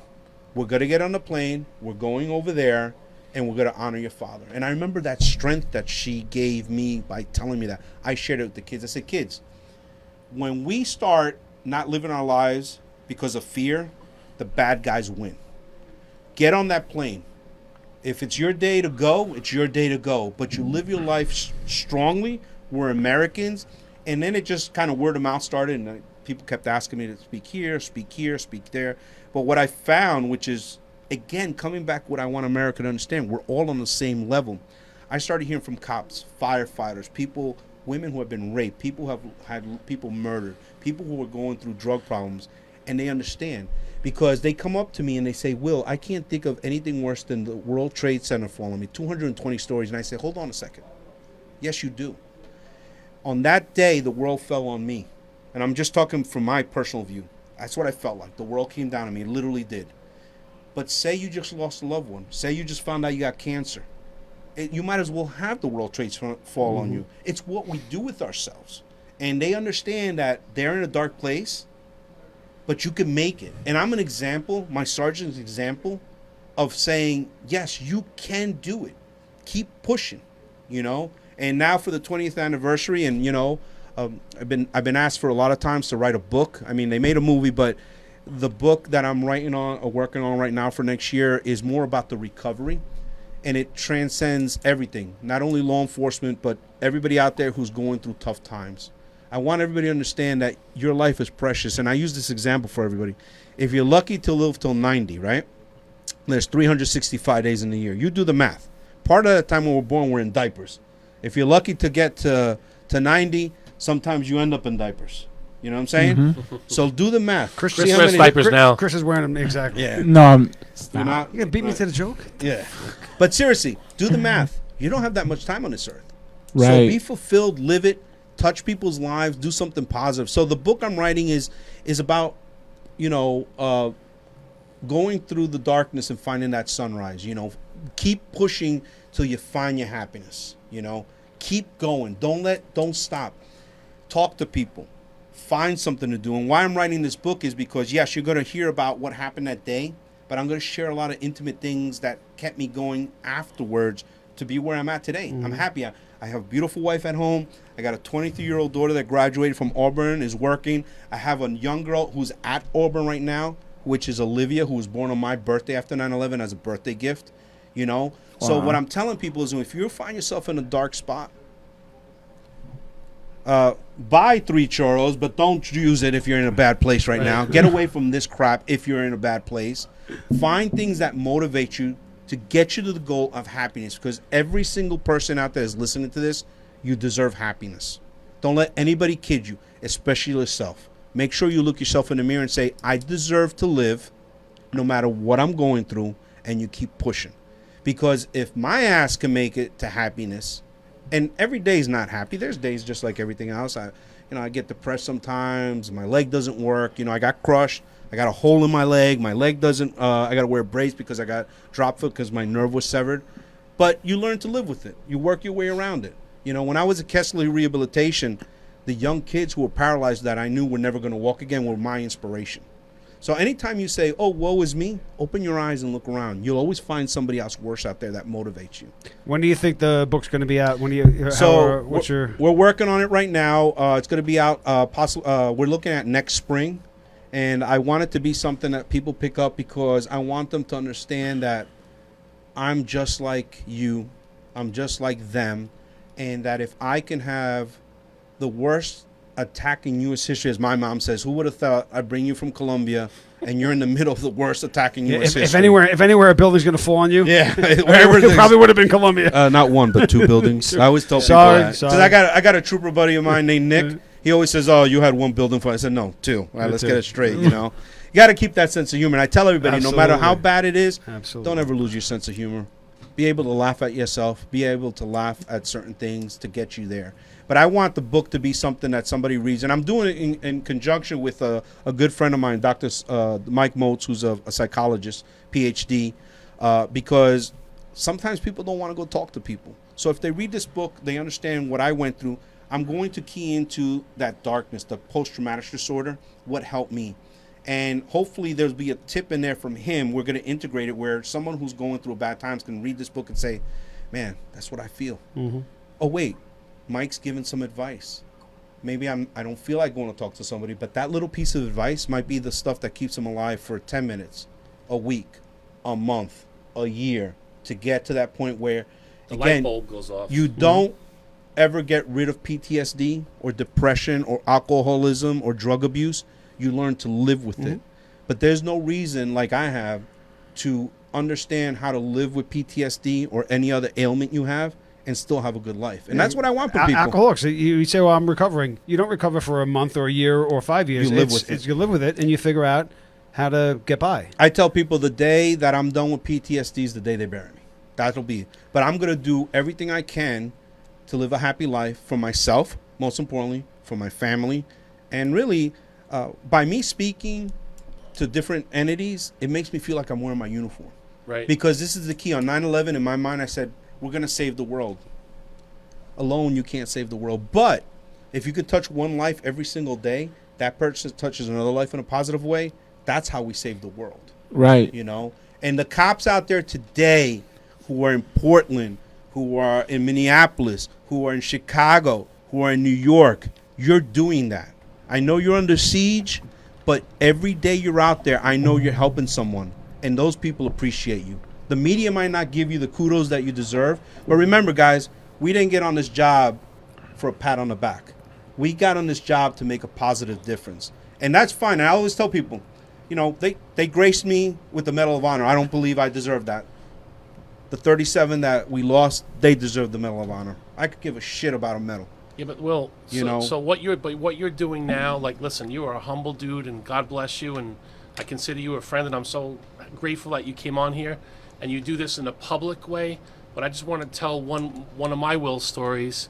It involves Jesse Hartnett, right? Love Jesse, great guy. So if people don't know who Jesse is, he was shot by a terrorist in Philadelphia, survived that, and he's a member of BBO. And Josh, we were talking one day, and we said, we got attached to him. We got close to him pretty quick. And and Josh says, maybe we should try to get Will to go talk to Jesse, because we could talk to him like I talked to him and try to tell him the pitfalls and stuff like that. But really, I'm not going to connect on the way that somebody like you could. And it took 2 seconds on the phone, and Will's like, where are we going? What are we doing? Yeah. We didn't tell him the part about we were going to Jesse's house to kidnap him.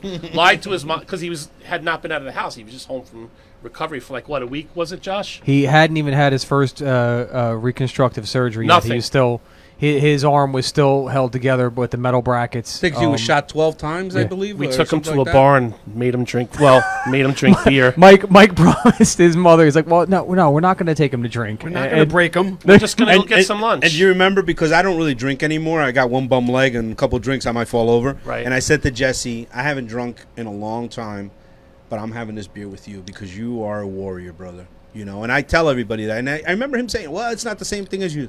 Yes, it is. But see, that's the beginning Yes, of the it story, is. and the rest of it is private, and that's all with you guys. But what I'm saying is that kind of thing that you're doing, this is great on the air, and I hope we reach a lot of people. But that individual contact, like cop to cop, I thank you for that. I thank you for always being accessible to us and never saying no. Well, at the end of the day, when you appreciate become you, a brother. cop, it doesn't end when you hang up your gun belt. We're cops till the day we die, and I'm proud of that. And I tell everybody, the thin blue line, there's nothing negative about it. It's all about positive, about 100%. making your life better, and God bless all of you out there that are serving and protecting. And those have been injured, I hope you're living a good life because you deserve it. And as always, the way we keep Dominic alive and every officer that we lose is by telling good stories about them. 100%. Never forget them. And before we break, I'm going to thank the three of you, because again, from a generation that lived that day as an adult, but wasn't down there, which is now a large portion of what's out there. And you even have a generation that wasn't alive for 9/11. I know it takes a lot, out of you guys. Well, listen, I don't want to omit my man here because you said 3. Chris was 8. There's 4 of us in here. Chris was 8. No, but let me tell you something. What he said to me before, as an 8-year-old, your dad took you where? My uncle. Your uncle took you where? To I believe Weehawken or Hoboken. I don't remember which of the two. To look across the river, right? Yeah. And what did you say to me? I saw a black mass across the skyline. Yeah, and you said it's etched in your mind. Yeah, and the smell, mostly the smell. And that's something we can't recreate, but hearing a grown man now who was 8 back then say this was etched in my mind says it all, man. I know it takes a lot out of you guys to come here. You know, obviously, Will, you would even Tommy and Mike. I mean, having lived that as, you know, being on that job at that time, working that pile, you know, from our side of the fence, I appreciate you guys coming out and talking about this and doing this. I know it takes a lot. It's not, from the guys that understand, it's not undervalued. It's not underestimated. I know what it takes out of you guys. I know this is a real tough time of year for you guys. And again, from that generation, I thank you guys for it. I love you guys for it. But don't tell Tommy. Fuck Tommy. Put a quarter in the jar.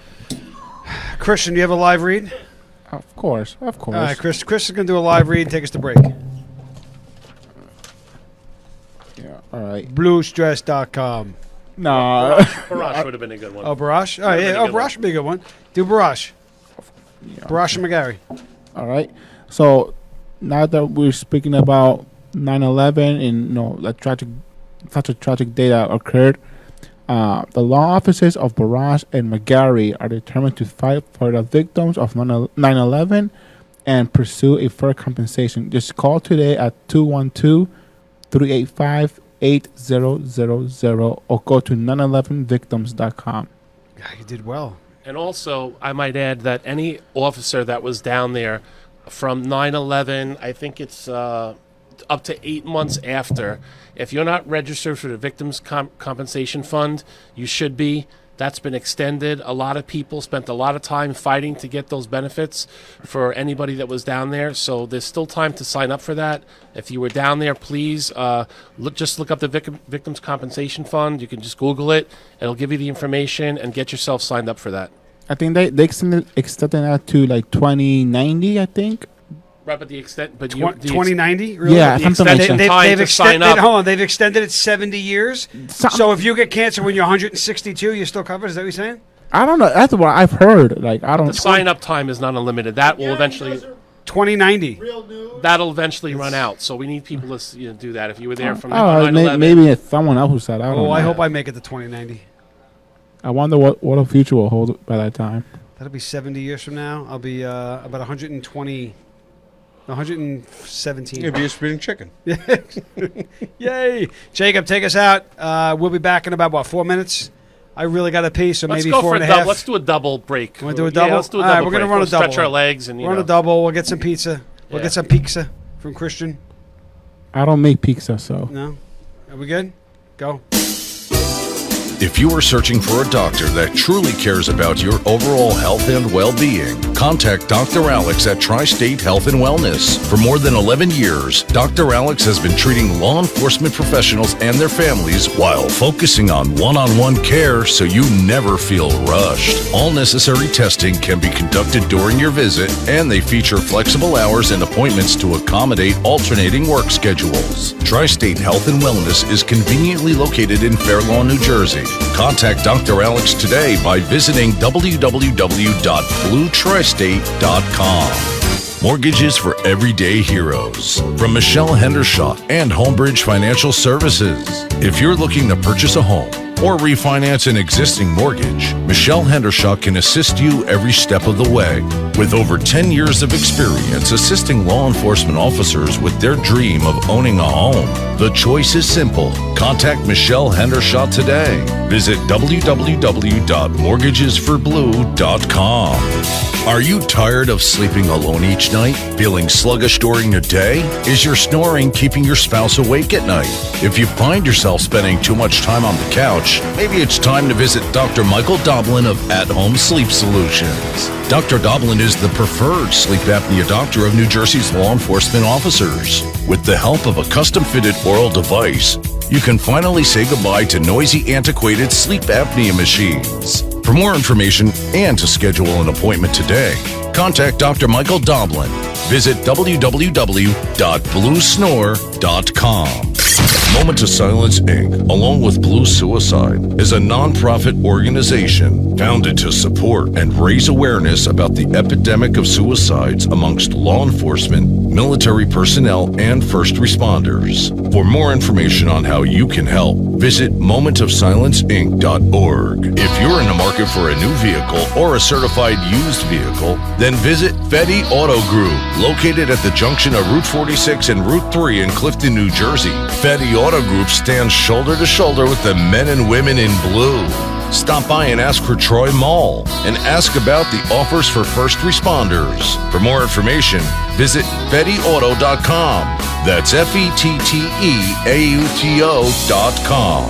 The Blue Magazine, the law enforcement publication by law enforcement professionals for the men and women of law enforcement. The unfiltered voice of law enforcement. TheBlueMagazine.com. Are you patrolling with the pig? If not, you're doing it wrong. Check out all the newest swine swag at ProudPig.blue. They are dirty by design. Check it out now.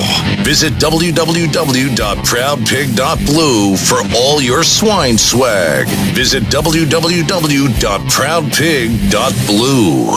Resumes by Joe. Owned and operated by retired NYPD second grade detective Joe Federa. With over 20 years of professional resume writing experience and focusing on translating what we do as cops into language that the corporate world can appreciate. We put an emphasis on ensuring that your cover letter and resume will be best received by the applicant tracking system used by most companies today. Check out our website at www.resumesbyjoe.com or call Joe directly at 347-992-4523. Don't forget to ask about the 50% discount for BBO members and most unions across the country. Give us the job of helping you get the job. Contact Resumes by Joe today. If you're a member of the law enforcement profession and are looking to establish long-lasting business relationships with businesses that are blue-friendly, it's time to visit visitblue.com. Visitblue.com features some of the best doctors, lawyers, realtors, as well as other service providers, such as home improvement and financial services. If you are looking for reliable, trustworthy service providers, visit visitblue.com. That's www.visitblue.com. Founded in 2014 by retired NYPD police officer Michael Burke, Brothers Before Others is a national 501c3 law enforcement charity comprised solely of both sworn and retired police officers. Since their inception, Brothers Before Others has sent floral arrangements to the services of all line-of-duty deaths, regardless of where in the country they occur, having spent over $350,000 to date. While the National Flower Fund remains their cornerstone, their benevolence has since grown well beyond that, even into the civilian world. For more information on how to get involved or to donate, visit brothersbeforeothers.org, or you can visit their public forums on all social media platforms by searching Brothers Before Others. Founded in 2016 by professional musician Neil Giraldo, 3-Chord Bourbon has developed a process that is defined as the perfectly tuned taste, blending carefully selected whiskey bourbon and rye whiskey stocks from Kentucky, Tennessee, and Indiana. Designed to be enjoyed with friends and family, 3-Chord Bourbon will leave you with the same feeling you experience after hearing that perfect song. You'll know their whiskeys are right from the very first sip. For more information on 3-Chord Bourbon and available merchandise, visit 3chordbourbon.com. Line of Duty Cigars, owned and operated by retired NYPD NYPD Detective Tom Werther. Visit lineofdutycigars.com for our handmade Nicaraguan cigars, custom ashtrays, custom humidors, and custom flask sets. Also, when you place an order, you choose the law enforcement, first responder, or veteran charity, and Line of Duty Cigars donates 10% to that organization. Planning a special event? Contact us today. Visit www.lineofdutycigars.com. And now, back to the Blue Room Podcast on the BlueBroadcastNetwork.com.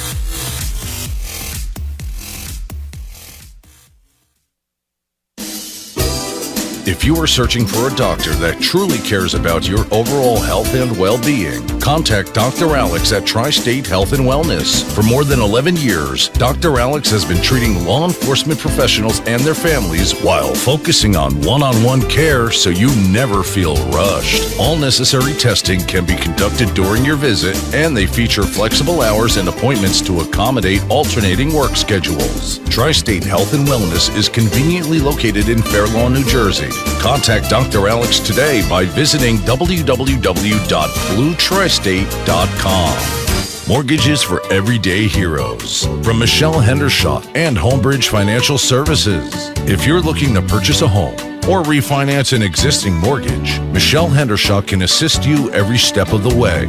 With over 10 years of experience assisting law enforcement officers with their dream of owning a home, the choice is simple. Contact Michelle Hendershot today. Visit www.mortgagesforblue.com.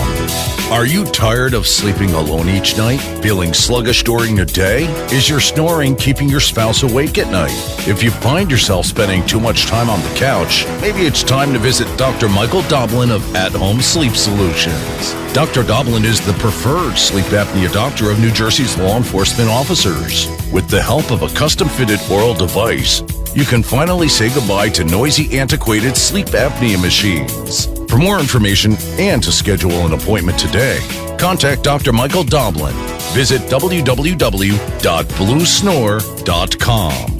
Moment of Silence, Inc., along with Blue Suicide, is a nonprofit organization founded to support and raise awareness about the epidemic of suicides amongst law enforcement, military personnel, and first responders. For more information on how you can help, visit momentofsilenceinc.org. If you're in the market for a new vehicle or a certified used vehicle, then visit Fetty Auto Group, located at the junction of Route 46 and Route 3 in Clifton, New Jersey.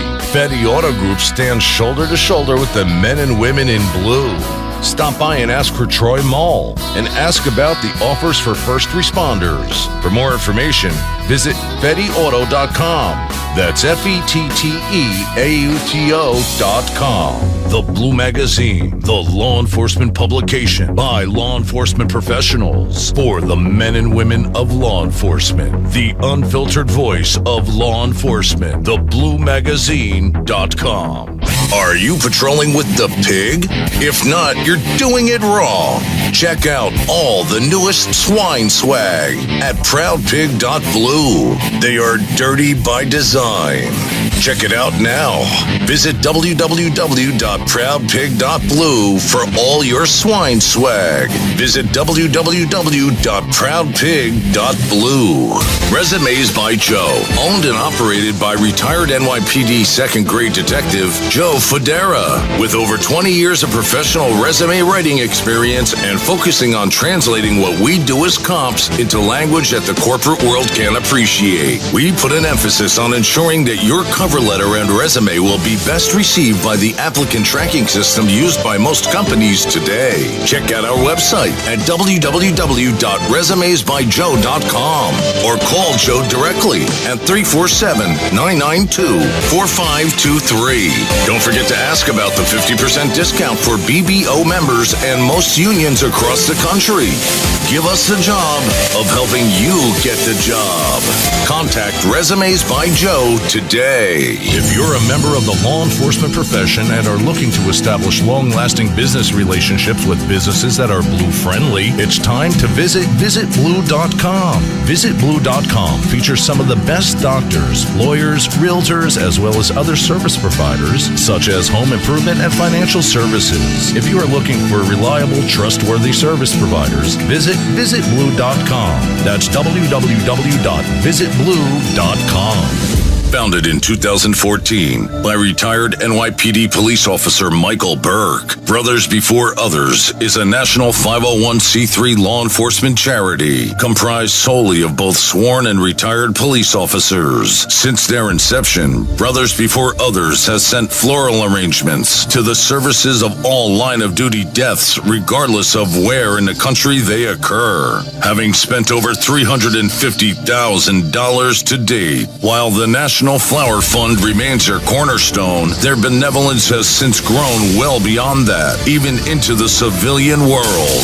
For more information on how to get involved or to donate, visit brothersbeforeothers.org, or you can visit their public forums on all social media platforms by searching Brothers Before Others. Founded in 2016 by professional musician Neil Giraldo, 3-Chord Bourbon has developed a process that is defined as the perfectly tuned taste, blending carefully selected whiskey bourbon and rye whiskey stocks from Kentucky, Tennessee, and Indiana. Designed to be enjoyed with friends and family, 3-Chord Bourbon will leave you with the same feeling you experience after hearing that perfect song. You'll know their whiskeys are right from the very first sip. For more information on 3-Chord Bourbon and available merchandise, visit 3chordbourbon.com. Line of Duty Cigars, owned and operated by retired NYPD Detective Tom Werther. Visit lineofdutycigars.com for our handmade Nicaraguan cigars, custom ashtrays, custom humidors, and custom flask sets. Also, when you place an order, you choose the law enforcement, first responder, or veteran charity, and Line of Duty Cigars donates 10% to that organization. Planning a special event? Contact us today. Visit www.lineofdutycigars.com. And now, back to the Blue Room Podcast on the BlueBroadcastNetwork.com. And welcome back, guys. What's wrong with this country? I don't know.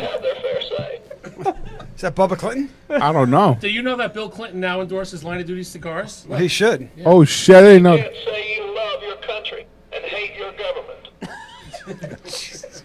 Used to be, How does this go off used the to be- rails? used to be a serious show. I'm done now. I just want to press the Bill Clinton button. Will Jimeno, what a tremendous guest. I Phenomenal. mean, so thankful for him come in tonight and share his story and experiences. So very personal. Really? I apologize. God bless him. He's doing some really great things, and he's taken that life-changing experience and has done nothing but positive stuff with it for law enforcement and for civilians alike. So, Will, thank you so much. An American hero. American hero. No, good, it's good stuff. I mean, what a great story. What a great story. Before we get into the craziness portion of the end of the show, I do have one police piece that I'd like to address real quickly about what's going on in Rochester, New York. So apparently this guy was back in March or April of this year. A gentleman was on a train going to Rochester to visit his brother. Gets kicked off the train in Buffalo because he was acting up, smoking, erratic behavior. They asked him to leave the train. The brother comes down from Rochester down to Buffalo, picks him up, brings him home. Fast forward a couple hours, he is more erratic behavior. He threw himself down a flight of stairs. He took all his clothes off. He ran out into the street. Brother calls 911 and says, "Hey guys, I need your help. I need you to get my brother. He's in the street naked, yelling crazy stuff." Rochester Police Department shows up. They address him. They get him handcuffed. He starts spitting on them. They put the spit hood on him. Is there anything not crazy you're yelling when you're in the middle of the street and naked? I'm just asking. I that's think there was normal. more crazy stuff in that. It's 2020. This is, All right. this is Yeah, what- this- true. Go ahead. Keep Apparently, going. I in Rochester, apologize. New York, this is a I apologize.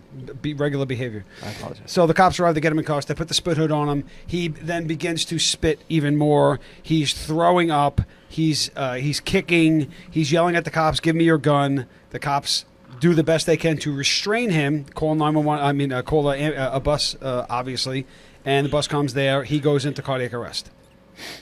He's in a coma for a week. He passes on. Clearly, This clearly was- the cop's fault. Yeah. So, but here's the thing. That was in April, I think. Right. Ton yeah, of drugs. March, April. Ton of drugs in the system. Elevated heart rate. He's obviously getting a little more worked up during the rest. And now 6 cops have been suspended, and they're marching on the city. You know what's weird? They had a demonstration.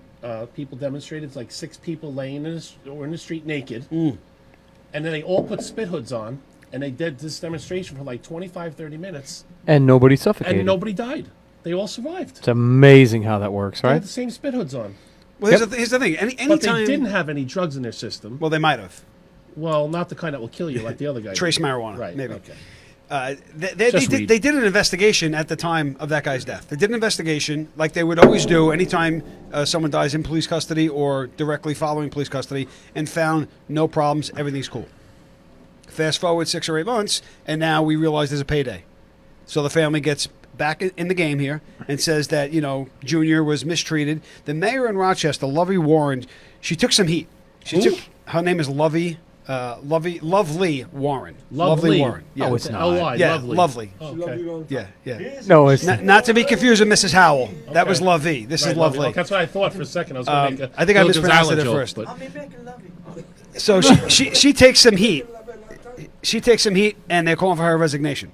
So instead of saying, guys, this incident was investigated, there was no bad police behavior, but we will reinvestigate it again, she said the subject was failed by our police department. And then she suspended all 7 officers. My God. All right? The investigation was already done. But then she further publicly stated that she was deeply, personally, and professionally disappointed in the chief of police. Do they get do-overs in Rochester if No do-overs. So it was completed. It was done. It was finished. Okay. Clean bill of health. Okay. The DOJ investigated it too when they gave it a clean bill of health also. But now it's gone further because Letitia James, the Attorney General for the state of New York, who obviously hates cops, she's now going to run her own investigation.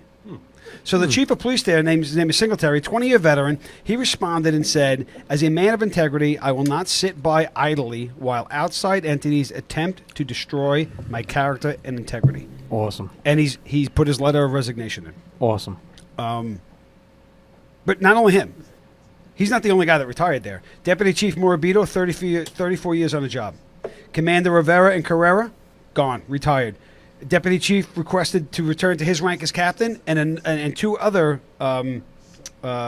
commanders asked to be busted back down to lieutenant. So they lost 6. They lost 6 of their top commanders, their command structure, because the mayor buckled to demands of the people instead of protecting her cops. I think it really is starting to take I think an actual turn is starting to be noticed. I mean, people, law enforcement, I think they can hear me. They're just fed up. But not only in Rochester. So check this out. Now we've spoken numerous times on this show about the mass exodus from the NYPD. They've had about a 450% increase in retirements compared to last year. But now that was just cops. These Not were- according to de Blasio, though. He Yeah, said well, everything's no, fine. no. and Yeah. it's very safe. Yeah. They- Yes. We were talking about police officers and sergeants. We're not talking about the upper command structure in the NYPD. What's going on now is that these are in Dallas, Chief Hall. Chief Hall retired. She submitted her resignation the same day the Singletary did. And then check this out. The following cities have seen a resignation or firing of their chief. Marion, South Carolina. Pamplico, South Carolina. Cobden, Illinois. Seattle, Washington. Chief Best, who, by the way, let her fucking precinct get taken over and set up Chad. So good luck finding a job. Right. Nashville. Milwaukee. In Milwaukee, Chief Morales was busted for using tear gas to control the violent riots. Las Cruces, New Mexico, Rising Star, Texas, Jefferson City, Texas, LAPD, Chief Chamberlain. Budget staffs and budget cut. Said, I'm done. I can't run this department with what you're giving me. I get that, and I'm glad to see people doing that. But I wish there was more like our chief, our buddy in Detroit, who's saying, Chief Craig. yeah, James Craig. because Yep. they just told him the other day the Yep. judge made the order that said you cannot use tear gas, you cannot use this, you cannot use that, and he said we will continue to do our job. Yeah, well, so he's not backing down from anybody. When that actually came out, the judge, the wordage, the verbiage here was that you cannot use these means to control peaceful protests. And Chief Craig hit it right on the head. He said, "We do not use these means to control peaceful protests. We use these means to control violent protests, and we will continue to control violent. If it's a peaceful protest, there's no reason for us to use tear gas or nightsticks. Or Exactly, anything." yeah. He hit it right on the head. He answered it just the way it should be answered. The temporary ban on the use of these methods based on peaceful protest. These are not peaceful protests. So Chief Craig hit it right on the head. Chris, would you be willing to go out as a man on the Please street don't. and Please do don't. interviews at maybe the next time there's a flare up? I'm not sure what city. I thought it was gonna step off in Jersey City. Yeah. When they shot the armed Yep. guy. I mean, the guy Yep. had a gun. They shot him. Good shoot to me, but Well, the press did their best to try to start that up by initially saying he was unarmed. They did their best. how can an unarmed man hold a gun? Maybe now he's Exactly. Oh. So, I was waiting for exactly. the punchline. so Mike, continue. Well, would you be willing to be like a man on the street and like go out into one of these hot zones and get the interview and the perspective of these peaceful air quote protesters, all for the betterment of Of the show. DDV BBN network? If you give me the proper protective gear, I'll do it. We'll give you a microphone and a baseball hat. And a condom. And a pizza. And a bulletproof vest. There are no such thing as a bulletproof vest. It's bullet resistant vest. You're not fucking Superman. Oops. A ballistic vest, whatever the fuck it's called. Son of a- Put a quarter in. Well, you guys got. It's a family show. I'm sorry. So 9/11 survivors last for another 90 years. So go on, Tom. I'm sorry. So a lot of these chiefs are leaving Portland, Oregon, Louisville, Kentucky. The guy Atlanta. I don't feel bad for like the Portland, Oregon, and all these chiefs that just But the guy surrendered the the guy in fucking Atlanta, Shields, Rashard Brooks was killed. He took the cops' taser. They burned down the Wendy's. He resigned. He was forced out. Conrad in Louisville. That's where Breonna Taylor shooting was. Right. And now all that stuff's coming out now that she was in bed with the drug dealer boyfriend. managing his money. Oh my So and they're forced Stop. to. They're You're gonna forced trigger. to You're gonna trigger the It's- trolls, and next thing you know, our Facebook page is gonna be banned. That's all right. That's Allegedly. right. We're very close to that. but Allegedly. I'm glad that you hit on Detroit because we have a guest with us tonight, Brian Canning from Three Chord Bourbon Whiskey Rye. Actually, is from Detroit. And I've been to endorsed- Detroit. Don't forget it's endorsed by Jesus Christ. Endorsed by Amen. Jesus Christ, Hallelujah. as per Will Jimeno. And Brian, I think you've met Chief Craig. You know some of these Detroit PD guys, right? You know a Yeah, couple well- of sergeants like you. Yeah, well, have a I- relationship with these guys. Right. I met you guys through Ray Slaughter, and so I've known Ray for a while, and some other guys. Another guy, Thomas Gines, who is Washtenaw County Sheriff's, and so that's how I got to meet. That's how I got to meet you guys, and I know these guys as men. You know what I mean, and just how they are, and how they approach not only their job on duty, but how they approach their jobs off duty, How they carry themselves in a and conversation. how they or- carry this. And the thing is that we've all had conversations offline, in the things that they get involved with that have nothing to do. They're just doing it because it's the right thing to do. Mm-hmm. You know, getting involved with, one of my friends there got involved in a shooting in Ypsilanti. He was off duty. It was a gang related thing, and he was across the street, heard the shots being fired, literally threw himself into the situation to try to do the right thing. You know, and I think a lot of those stories aren't told, to be honest with you. Well, the charity, the Brothers, it started off as a brothers and sisters, cops, but it has grown into something so much more that a lot of the great work that the charity does isn't just police officers and families of police officers. It's just the right thing. Right thing to It's do, just yeah. doing the right thing. Yeah. Whether it's raising 10 grand for this family for something that was god awful and it was just ignored or whatever. I mean, Mike is obviously would be better at telling that story. Or Well, pick- you water could for pick any- Flint, Michigan. When the water situation happened, we raised money, rented a truck, put the water on the truck, sent Yeah. it into Flint, It's Michigan. just- it's the right 'Cause thing I've been to do. hearing stories from people like, you don't understand. Like, we can't even have a fucking. We can't even have a cup of coffee. I mean, you can't even have a cup of coffee in the morning because there's no water. I think we can actually we can run an Amex if you run out of quarters. I have a credit card. You want it? Just gonna put a 20, a real one. Yeah, real credit Chris will card. put I was this gonna on put a his 20 own in there, but thing. yeah, but so Flint, Michigan, or when Godwin, Mr. Godwin in Cleveland, he was shot live on Facebook. A guy just Oh walked up to yeah, him walked and up and killed him. popped them. Yep. That was fucking horrific.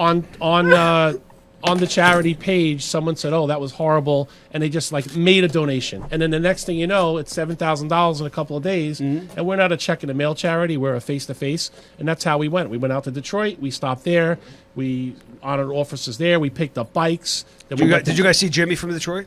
Jimmy. Jimmy Oh, from Jimmy? Detroit. Yeah, Jimmy. Jimmy from Jimmy. Detroit. He's a great So- fellow. so That, we- that was Ray's alias. Yeah, so then Jimmy we, from Detroit. he's trouble. Yeah, the alias is out the window now. Yeah, Right? yeah. So we went. Sorry, Ray. You want to give us Hold on. address? Hold on. Yeah, yeah. I'll put, us I'll put a address quarter in the jar for you.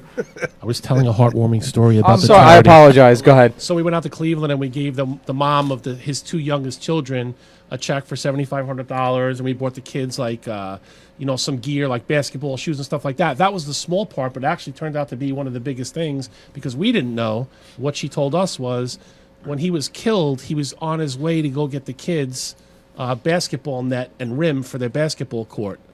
Wow. So then this was the first time. So we brought them basketballs and sneakers and stuff, and she said this is the first time the kids have picked up a basketball and dribbled and done stuff like that because they felt guilty because he was killed when he was going out to get them. To support what they were doing. Exactly. So I mean, those are the kind of things. Now listen, I know people say all the time, racist, cops, no good, blah blah blah. You're not doing that kind of stuff if you don't care about the community. Of course. And there's no way to go. You can't fake that. You know, you can't fake those kind of things, and like the stuff that you were talking about. Holly, can you fake that, Holly?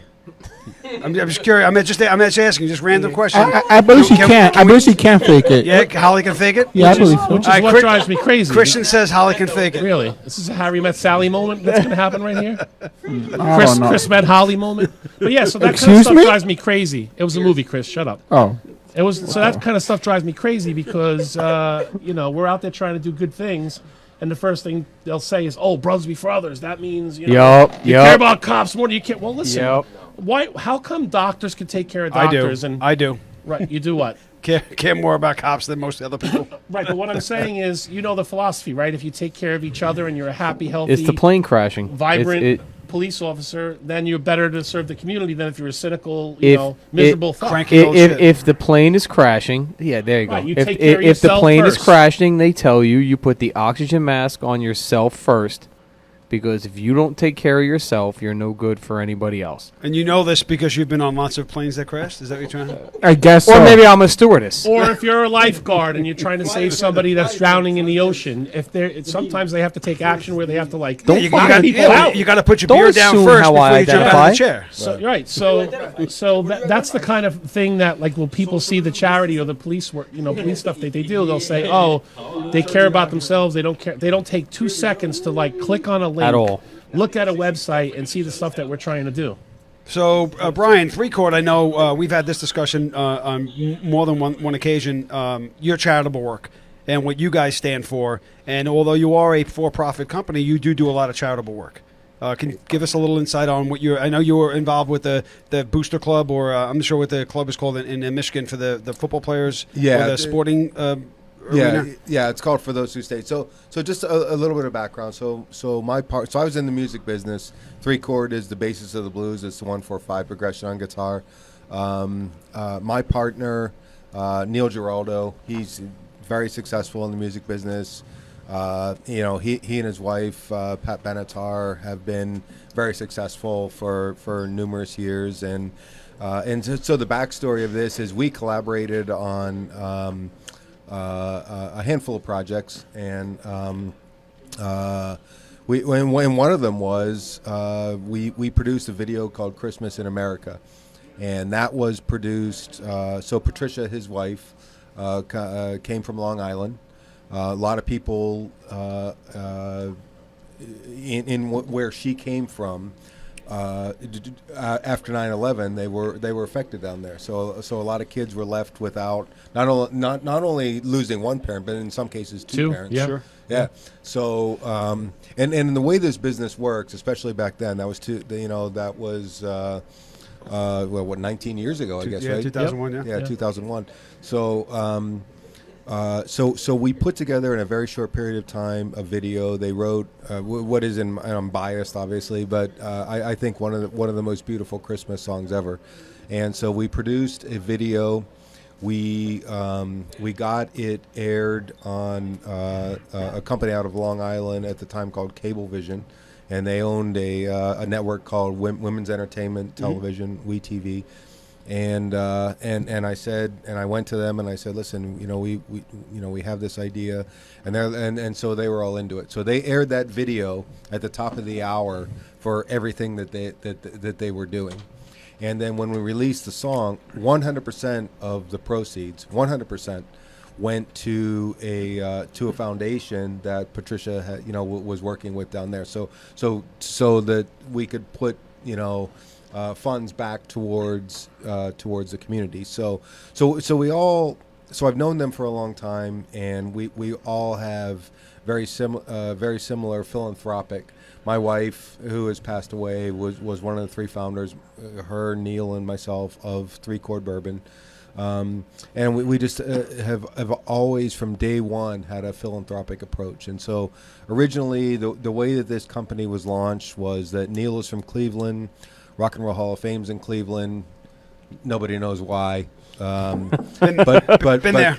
Yeah, but the fact of the matter is that Cleveland has a very strong music tie with music. Yeah, sure. Music history, and so Neil's from there. So we're going to do a documentary that was sort of noir style. Neil grew up there playing in a bunch of clubs, and the clubs no longer exist. But we were going to do this sort of noir style where some of the clubs were torn down and there were parking lots there, and the factories are in the background, and Or they go to those locations, like going to where CBGB's was, and be like, oh, this is where. Yeah, it's exactly what it was like. Yeah. So and doing the story and then telling the story about music in Cleveland, but the idea being let's tell a little bit more about the history, and be very respectful of the city and what the city's gone through, So living in Detroit and Cleveland, I grew up in Pittsburgh.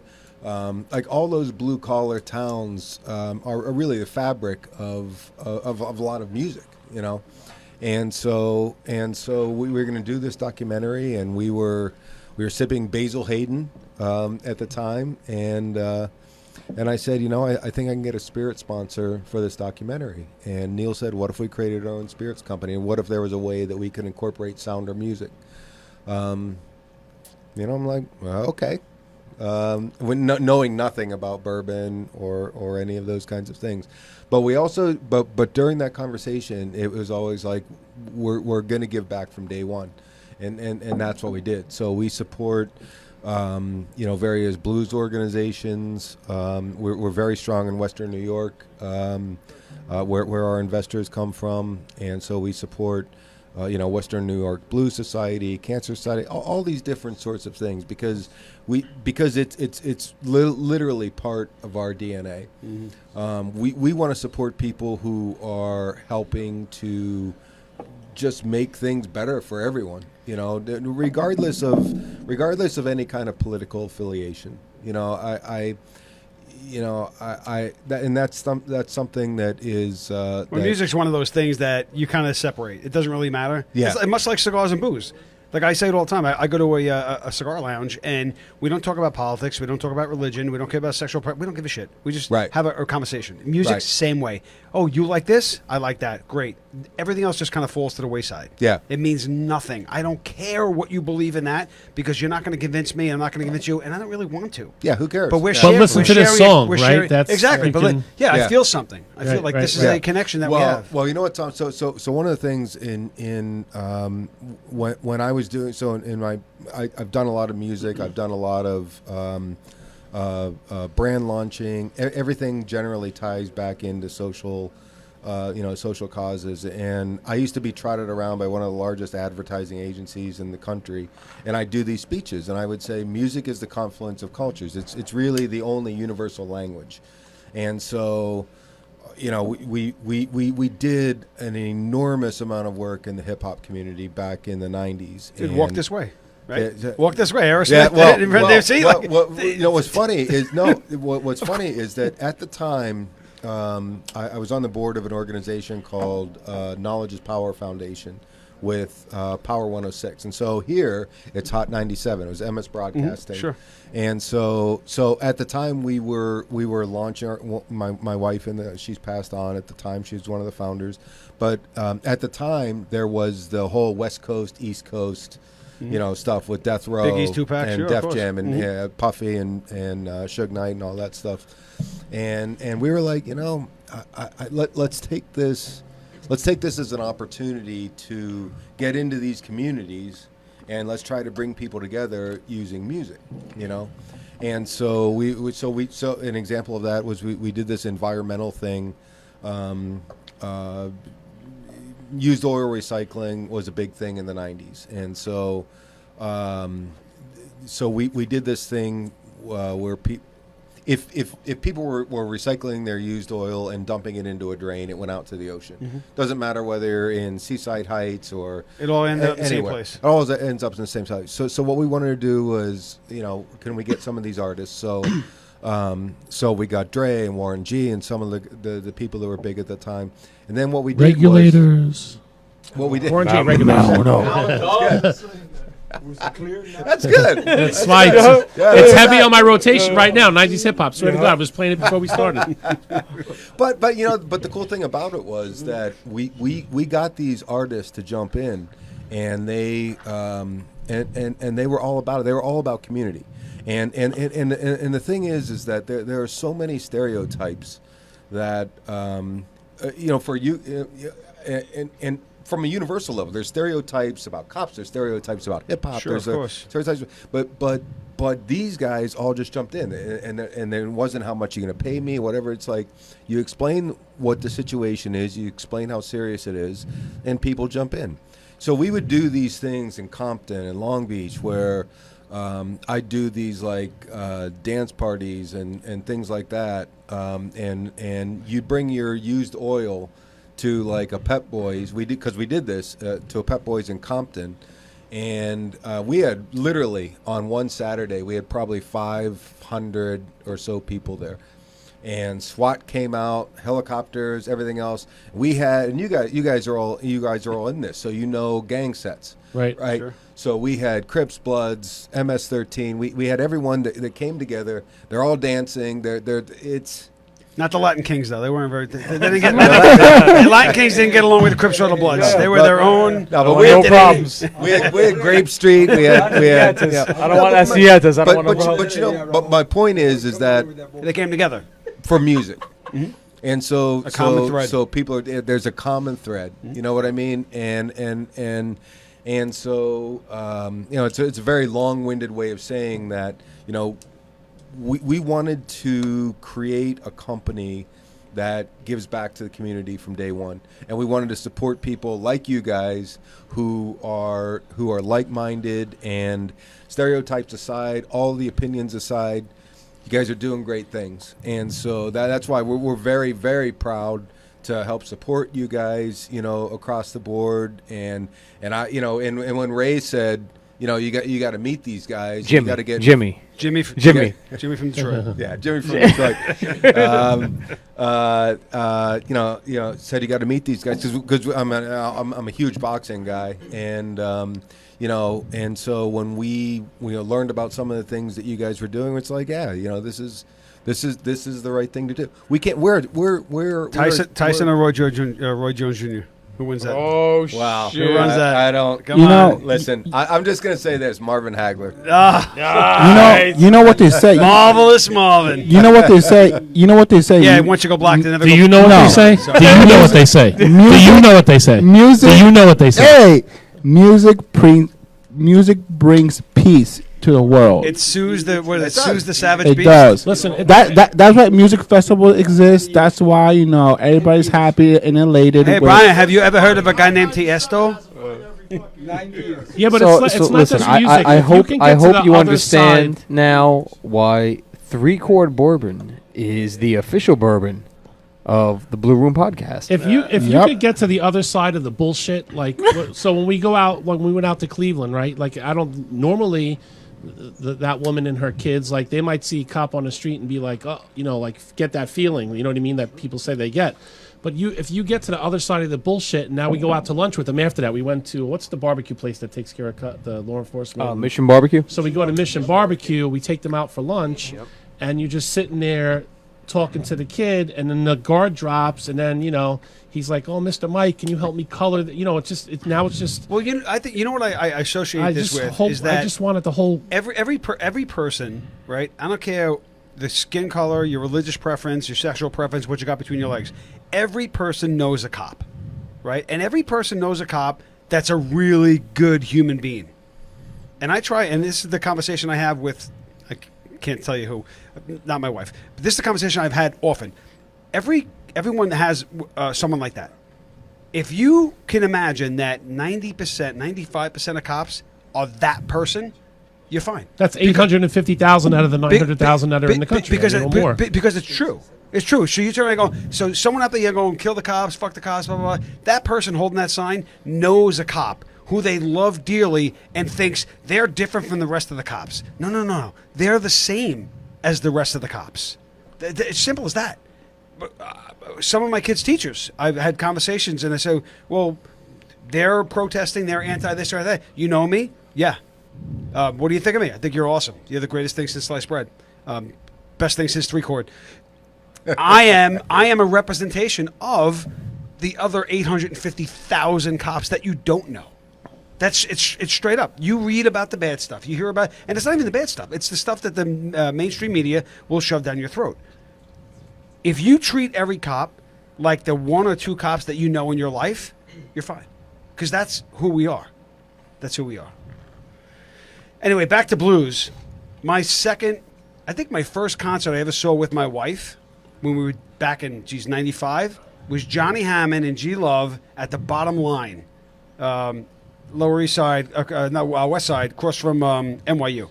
My wife went to NYU, and it was like a second date, and my buddy was like, oh, you got to see this guy, and G Love had just started coming out and doing his thing, who I love. I just saw him in Long Beach last summer. Still killing it. He's like 45, 46. Killed it. Great set, but for the blues and a place that's not there anymore. Bottom line, the NYU bought it out or whatever, and they probably made like a fucking CVS or whatever.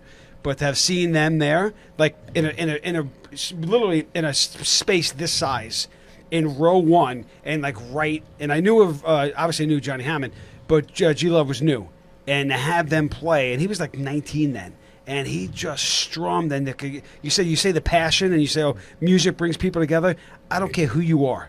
If you like blues a little bit, you like jazz, whatever it was that you got into, to sit that close to that guy and see the facial expression, you could feel the music coming out of his pores, was just, and Johnny Hammond was much older. They've been doing it much longer. But for a young kid out of Philly like that, fucking G Love killed it. Yeah. And I've been a fan since. I've seen him probably a dozen times. But see, Tommy, so that's one of the things that that's a great example. There's a guy, and I think he's out of Brooklyn, and you guys might know him. I don't know his name's King Solomon Hicks.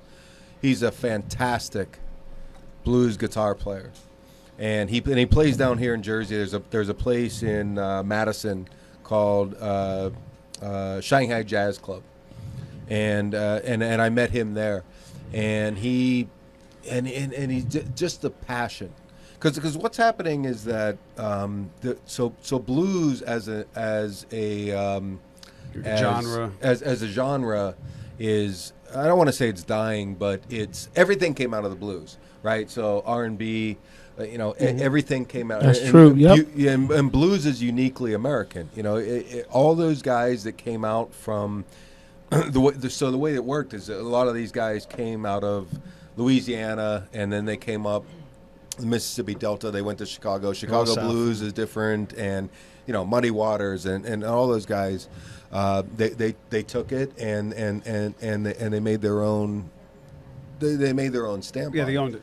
Yeah, so you get a lot of these these young guys, and one of the things that we have on our label is respect tradition, define the future, and so what we want to do is I don't care, rap, hip. I've done all genres because I love all different types of music. Including EDM. So I like most genres. And Well, on that note, Did he just say ATM? EDM or trance. I'll we're say- talking I'll about say- we're talking about music right Brian, now. Well, Brian, that's a No, but genre as well. Brian, This is your Brian, conscience. I warned you. Way to hijack. In fairness, way to I hijack warned the you. conversation, Chris. Yeah, I warned you, Brian. Go Chris, ahead. do you know who Rick Rubin is? Do you mean Rick EDP? Rubin. Perhaps he means EDP. EDP, not EDM. Do you know who No, Rick yeah, Rubin listen, is? I will say this though. I don't. If it's music and it's bringing people together, I'm cool with Absolutely. Well, Tiesto does do that. He does that. He 50,000 people. No, 500,000 people, including those who watch live stream and those who go to their it. festival. I know.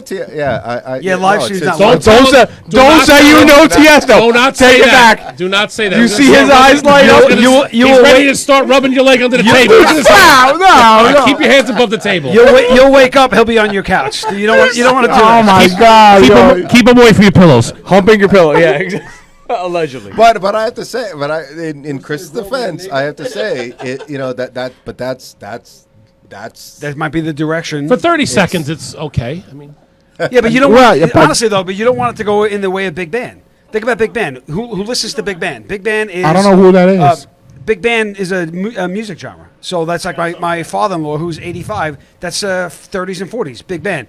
They eventually Brian's have the gone guy away. from Stray Cats. They're who not- does Brian. Brian how do you say Setzer. his last Brian name? Setzer. Brian Yeah, Setzer. yeah. I go. I see him every Oh, he's Christmas. awesome. Every Zoot Suit Christmas Riots, in bro. Easton, I go see him. He Zoot comes and Suit does the Christmas show. Riots. Yeah, I love him. But he's a different take on Big Band. Right, but it's still He's pepped it yeah, up. Yeah. So blues, and I mean, jazz probably isn't fighting the same fight. I think jazz is going to be around for a while, but the blues, like I said, you are risking that it's slowly not. Why? Because Cardi B. If people like Cardi B. Cardi B is the sewage. It's the garbage. I knew you were gonna work. I knew you were gonna work. Cardi B is it's a garbage Tommy, truck. I love you. Thank you, Josh. love you. Yes. Who's the Go ahead. No homo though. No homo. You're Don't the look at me like man. that. Who's the best host, Well, Josh? maybe Who's about the a best cop? We don't You have are. the sound levels are gone. But listen, let me tell you something. Go ahead. Cardi B is a Easy, garbage truck on relax. 4 wheels. All right. Relax. It is. We don't have. Hey, listen. We don't have any sound delay on this, so just But- choose your words but wisely. people- Or people put some quarters her, in. But people like her are directing the future, unfortunately. Oh yeah. They're directing the She future. is It's- trash. She's garbage. But I will say this. So all right. So use Cardi B as an example. Is but also, 3 Chord endorsing Cardi B? Yes or no? For presidency? We don't know. No. Don't answer that. She comes in and says, "I need $1 million." Forget about Cardi You're B. goddamn right, we're endorsing. Forget about Can Cardi we B. just say music But- now? let me say Music this, now let in me say general this. just sucks. Let me say this though. Well, I got pictures. It's actually dry. Quiet. I'm losing control here. Go ahead. But let me say this though. So you ahead. bring up Cardi B, and we all know what's been in the news. But there's another girl out of Detroit, Lizzo, and so My daughter likes her. I like so and so. I don't mess with her too much. But the thing is that Lizzo she came back with like Detroit is very rich in music history, right? So Lizzo is she doesn't fit the mold. The quote unquote mold of a of a Pop star. of a pop star. Like, yeah, she's not Taylor Swifty but she owns who she is. And the thing is that she was one of the first people when COVID started. She came back to Detroit and she started and she gave meals to all the first responders. She did all that stuff. And if you listen to Lizzo, I think she's 26 or 27. She owns who she is. She owns how she looks. She doesn't apologize for it, and she harkens back to, to Motown. And I was going to say an old soul. I feel like totally an an old soul. Yeah. And so if you listen to some of her songs, You know, and the fact that she gives back, like Lizzo for us is And a kid. And she's a kid, which is awesome. And she's a kid. But she didn't have to do that, and she wasn't one of, you know, she wasn't. She didn't say, "Look at me, I'm giving back." She didn't do any of that stuff. You know, she did it because it's the right thing to do. It wasn't self-serving. It was just the right thing to do. Yeah, and she showed up at one of the hospitals, and she's, you know, she's doing all that stuff, and she's can sing, you know, and she writes, and she worked her ass off to be successful. She's done like Cardi B. She can No, at least listen. She has class though. She worked her ass. She worked her ass on. Like Cardi. Oh. But that's the difference. Yeah. You know what I mean? And you know, and she can sing and she can write and she, you know, and she's trying to do the right thing and she doesn't and she's not doing it. It's not created by a record label. It's not like you have to do this. It's because it's Well, who just she bullshit. is. It's not a Kardashian who just bangs some dude on a video and all of a sudden they're worth $8 billion. Like there's actually talent. Allegedly. The Kardashians have no. I mean, the one girl, Cardi or Cunty, whatever her name is, she's got a career, but Kim does The not. one that's a model and has the makeup line and all that stuff. Yeah, but she's actually doing. She's Kylie. doing stuff. Kylie, is that yeah, it? because Sydney likes the makeup line. She's actually doing something, and not just like I just banged some dude. I'm doing it. Like she's involved. She's actually has talent. Right. And actually, that's really the key word: talent. I have talent. That takes talent too. I can entertain people. I can have 5 million people on a show, but I provide nothing. I provide nothing, but they're so empty-headed that that's what they get. She's got talent. She's saying, "This is what I do. Here's are my roots." Yeah.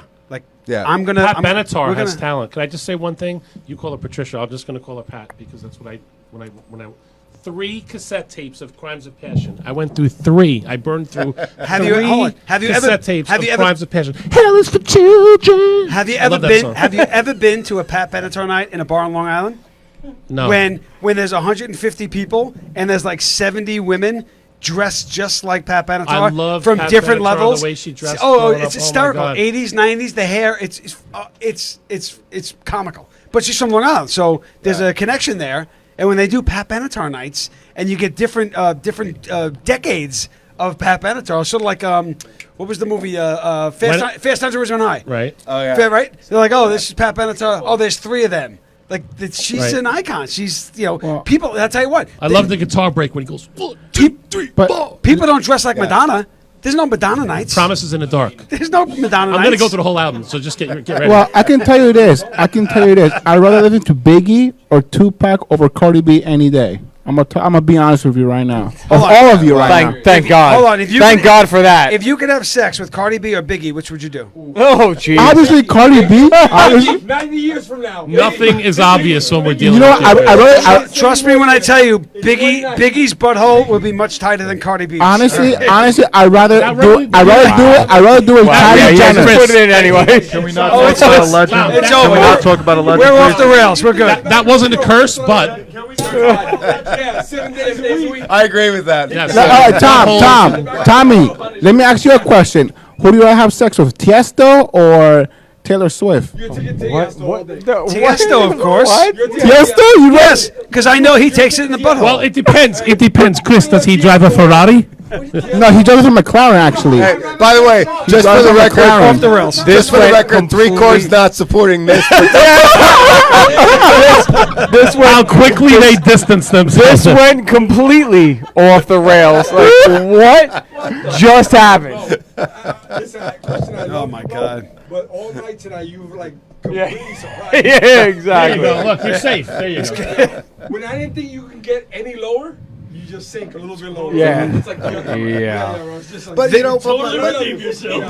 but I will say this. Go ahead. You know, since Chris brought up Biggie and Tupac, if you know, and I'm an old school guy, but you know, if you go back and look at some of the lyrics that came huge. out, and the stuff that Rick Rubin produced. Somebody mentioned Rick Rubin earlier. You're crazy for this, Rick. Yeah, you know, if you ever listen to his Broken Record podcast, when he talks about everything that came out of Brooklyn at that time predated West Coast hip hop. And so all of those guys were writing from passion. They were writing about what they knew, and some of those guys were they were just speaking what was coming out of the streets at the time, right? And so and I think that, to be honest with you, I think some of that is missing now in music. I think that because they're not doing it, they're not writing it. People are putting it together and saying, like, the boy band generation is that, we're going to write this music, you're going to perform it. Who was the guy with the big clock on his chest? Flavor Flav. Did you really just ask that? Bronx guy. No, Bronx. I mean, I'm sorry. How could I? He lived. Flavor Flav. You can't just say Flavor Flav. Flavor Flav. He lived on the Grand Concourse. He grew up on the Grand Concourse in the 4-6. Like that, and that was the 80s, and that's where that whole movement was born. Born in the Bronx in the 80s. Right, like you'd never have a Wu-Tang Clan. Wu-Tang is for the kids, but you'd never have Wu-Tang Clan. No. Now, like that kind of music. They're the garage band. Like, No, think about that's it. They wrote their own stuff and they had a passion for it and didn't give a fuck. They just did it. And now it's like, no, there's a bunch of people sitting behind a desk in a suit that do it all and go, here, now perform this the way we tell you to perform it because it's about money. It's about money. They really don't care about the actual art of what they're doing. It's more about the money for the most part. And I think you could tell, like you said, within 15 minutes of sitting in front of somebody, whether you're in the first row or the last row, if it's real, you could. I mean, if you're into music or whatever, you could feel it. Can't fake that shit. But that's the thing. It's the authenticity, Right. and that's what we try to support. And it's voices and it's music that is coming up, and I don't necessarily agree with all the opinions, but I respect the fact that that's how blues started. So these guys that were coming up, we support an organization. So Son House is sort of the godfather of the blues. Son House was he's a legend, and when he passed, and I know we were talking about this off the air, about supporting officers who passed, and that they get maybe $13,000 altogether, and a funeral is $9,000, and then the people, and you guys support those people, right? So and it was the same thing with Son House did not have a headstone. That might not sound like a big deal, but that's a big deal. That's a huge deal. It's a big deal. And so we support organizations like blues. There's so many blues societies that all they're trying to do is give respect to the people who came before. Because without the people who came before, we don't have Cardi B or some of these other things. Absolutely. And I think one of the things that we want to do is at 3 Chord is respect that, and not just respect that with the blues, but respect that across the board. Because this is a short journey. And for you guys, and politics aside, like Ice Cube is very, very, very outspoken against police and with the whole racial breakdown right now, what's going on. No, but he came from a place. Yeah, he came from a place that if you went back 30 years ago, you're like, wow, that guy was instrumental. That these are folks that made it happen. Yeah, these kids don't exist without that. And they did it organically. They did it with. They were the garage bands. They were the guys that went out and they did it. They didn't have promoters. They just went out and they booked a show and they hired they rented a hall and they did their thing. Yeah. But that's all gone. That whole generation is gone. But I don't know if you knew this. So one of the guys that I collaborated with was QD3, Quincy. So it's Quincy Jones' son. And so QD3, he's produced a number of things. He did he did a lot with Tupac. His biggest was probably "To Live and Die in L.A.," which was a big hit for Tupac. So when the riots happened in Los Angeles, the area that those guys were recording was left alone because the sets there knew who these guys were. Leave them alone. And they knew what he was doing. And he's a smart guy. And so Quincy would pick him up. He went to, I believe it was Washington High School in South LA, I think. But anyway, he'd pick him up and all he did was write. All he did was write what he knew, from the streets. So, whether you agree with what they were saying, with the words, exactly. Yeah, but it was authentic. It was like that's what they were living, and that's what he was writing, And so it wasn't none of that stuff. You know, in my opinion, you know, before all the death row stuff, because that's when things went off the rails, in my opinion.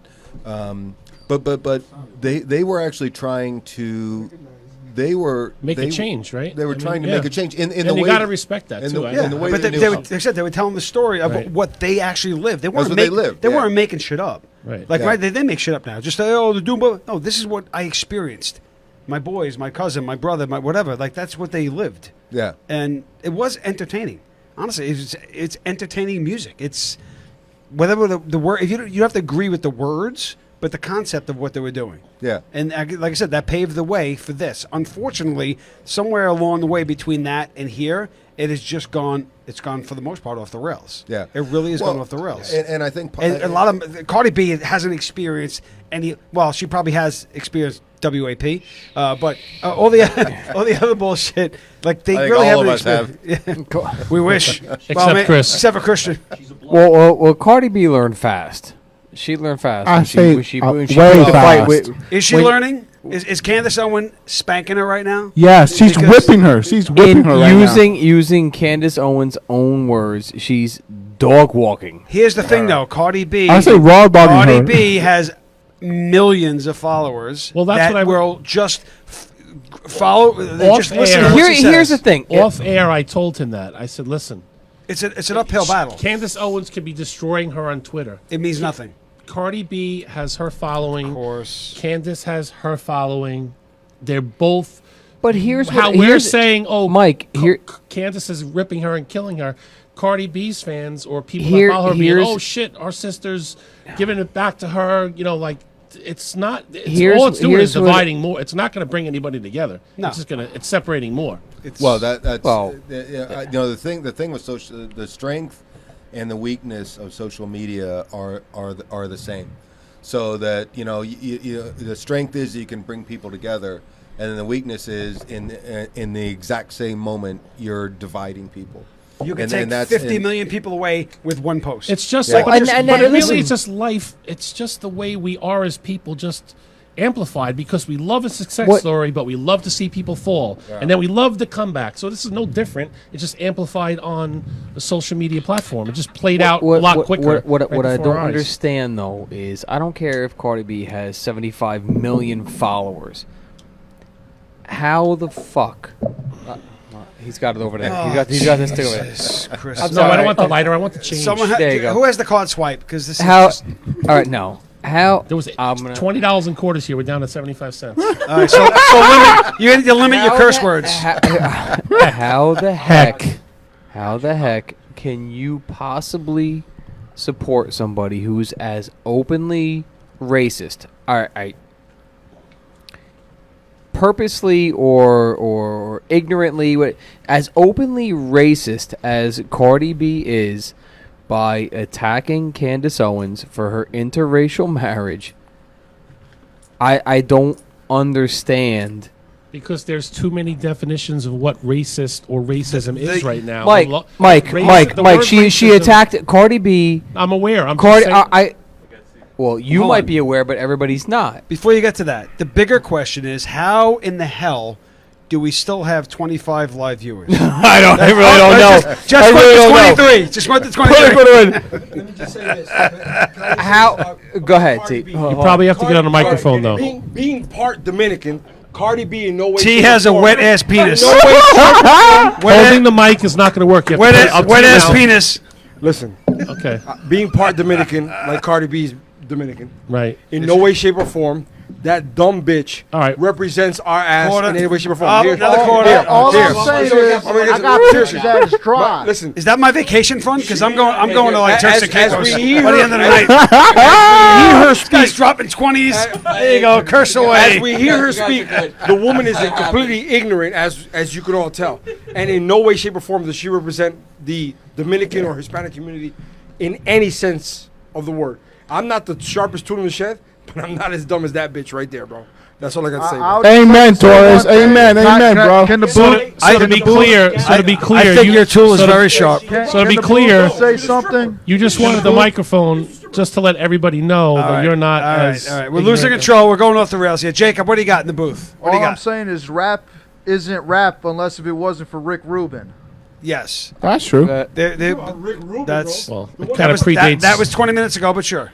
predates I'm Rick a just little saying, bit. you guys keep Rap on bringing up predates Rick Cardi a little B. bit. This guy can't even get a video feed squared away. He's going to tell us talk Thank- about thank- No, no. Actually, if you want, plug Verizon because Verizon Internet sucks. Amen, Jacob.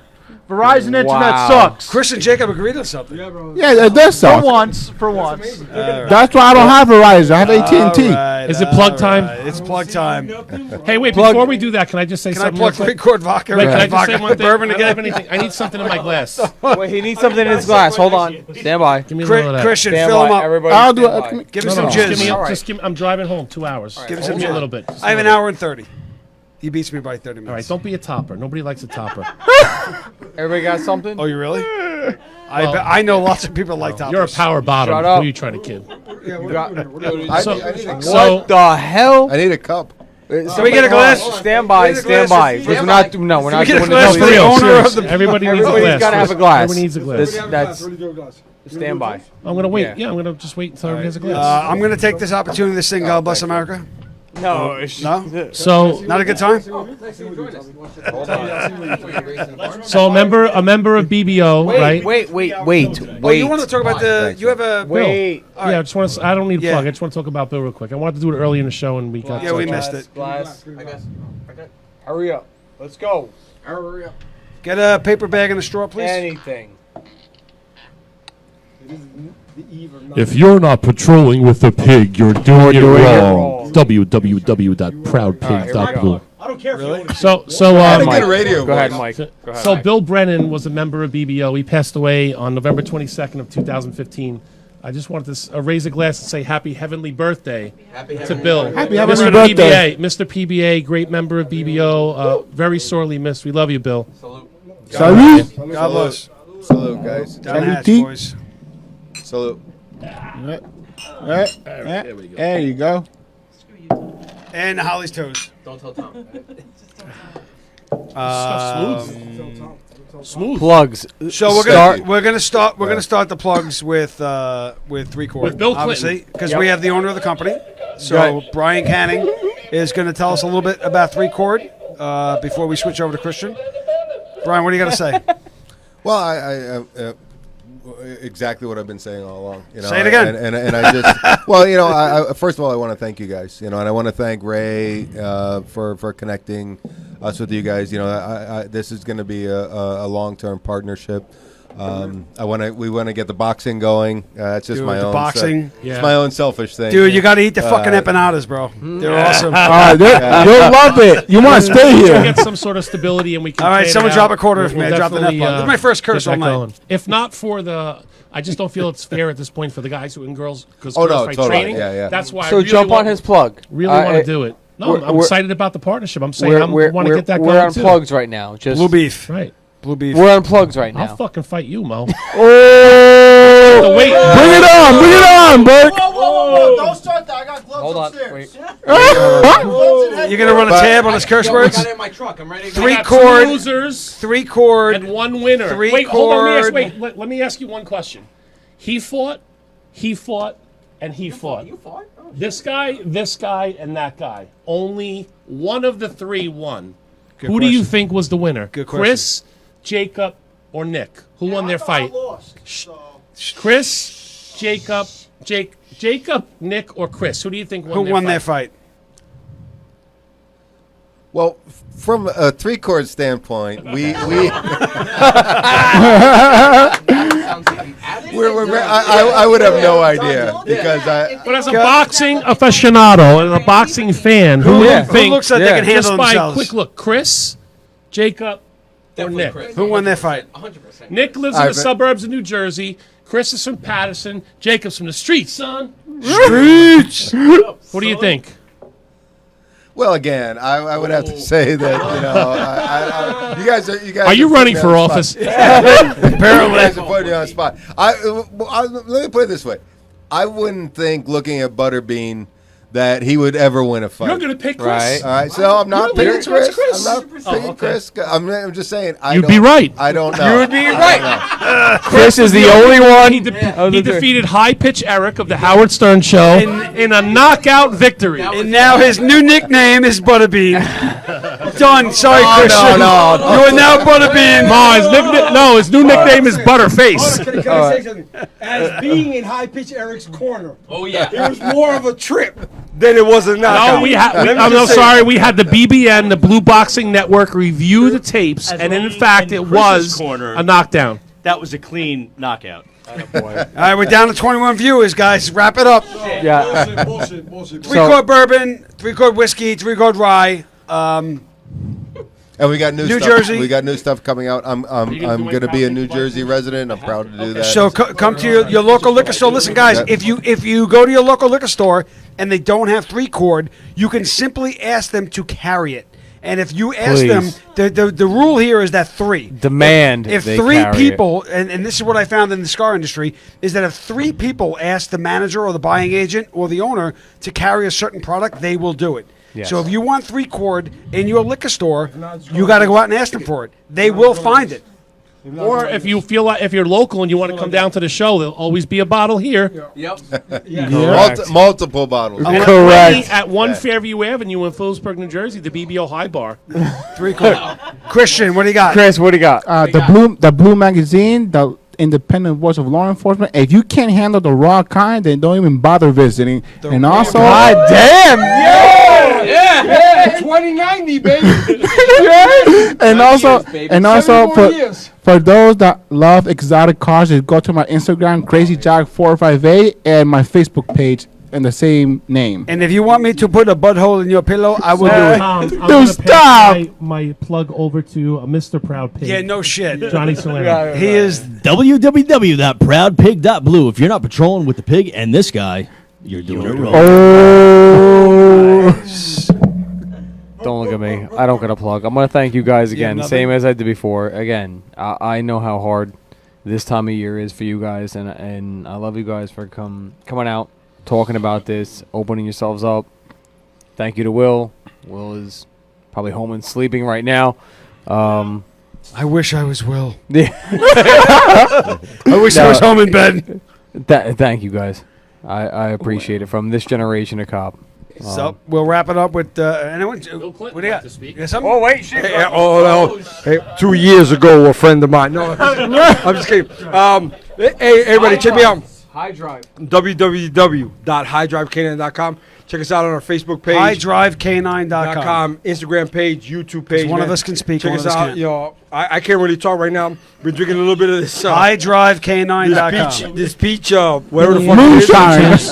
Cardi B's a bitch. Eat And, the worm. Eat the worm. Eat the worm. I'm gonna eat the worm. Peaches for me. Hey, great show tonight. On the eve of, I honestly want to say this, on the eve of 9/11, I distinctly remember where I was 19 years ago, and I was on a job, but I was in Florida, and being from this area, it was very, very difficult for me to watch from down there in Florida up here, and knowing what friends of mine that were on the job here were going through at that time. So this doesn't affect me as those that were there, but it does affect me in a way. So to those guys and gals that were there that day that lost their lives, the brothers and sisters that were there that have survived today, I thank you for your service. I totally appreciate you. God bless you. Let's not forget what tomorrow truly, truly means. And that's all I We gotta can say. get a glass one All more right. time for that, sir. Yes, One sir. more time. Yes, sir. Well said, man. Well said. Yes, sir. Yes, sir. Cheers. Well said. Cheers. Cheers. I will end it with not a plug, but a really short piece. Being down at 9/11, as horrible as it was, the absolute worst portion of what I did down there was being assigned to the morgue and standing at attention while the ambulance pulled in with an FDNY fireman's boot with the leg still in it. Oh my God. On the stretcher, no name, no nothing. Just a boot with a fucking leg in it. So when we say don't forget, that image I'll never forget, and I've never spoken about it before, But like we said earlier today, it's important that we remind people of what happened. It was a fucking boot with a foot. But that family had something to bury. And with that, we'll leave you on this show. We'll see you next week on the 17th. Right? We're done here. Jacob, wrap it up. If you are searching for a doctor that truly cares about your overall health and well-being, contact Dr. Alex at Tri-State Health and Wellness. For more than 11 years, Dr. Alex has been treating law enforcement professionals and their families while focusing on one-on-one care so you never feel rushed. All necessary testing can be conducted during your visit, and they feature flexible hours and appointments to accommodate alternating work schedules. Tri-State Health and Wellness is conveniently located in Fair Lawn, New Jersey. Contact Dr. Alex today by visiting www.bluetristate.com. Mortgages for everyday heroes. From Michelle Hendershot and Homebridge Financial Services. If you're looking to purchase a home or refinance an existing mortgage, Michelle Hendershot can assist you every step of the way. With over 10 years of experience assisting law enforcement officers with their dream of owning a home, the choice is simple. Contact Michelle Hendershot today. Visit www.mortgagesforblue.com. Are you tired of sleeping alone each night? Feeling sluggish during the day? Is your snoring keeping your spouse awake at night? If you find yourself spending too much time on the couch, maybe it's time to visit Dr. Michael Doblin of At Home Sleep Solutions. Dr. Doblin is the preferred sleep apnea doctor of New Jersey's law enforcement officers. With the help of a custom-fitted oral device, you can finally say goodbye to noisy, antiquated sleep apnea machines. For more information and to schedule an appointment today, contact Dr. Michael Doblin. Visit www.bluesnore.com.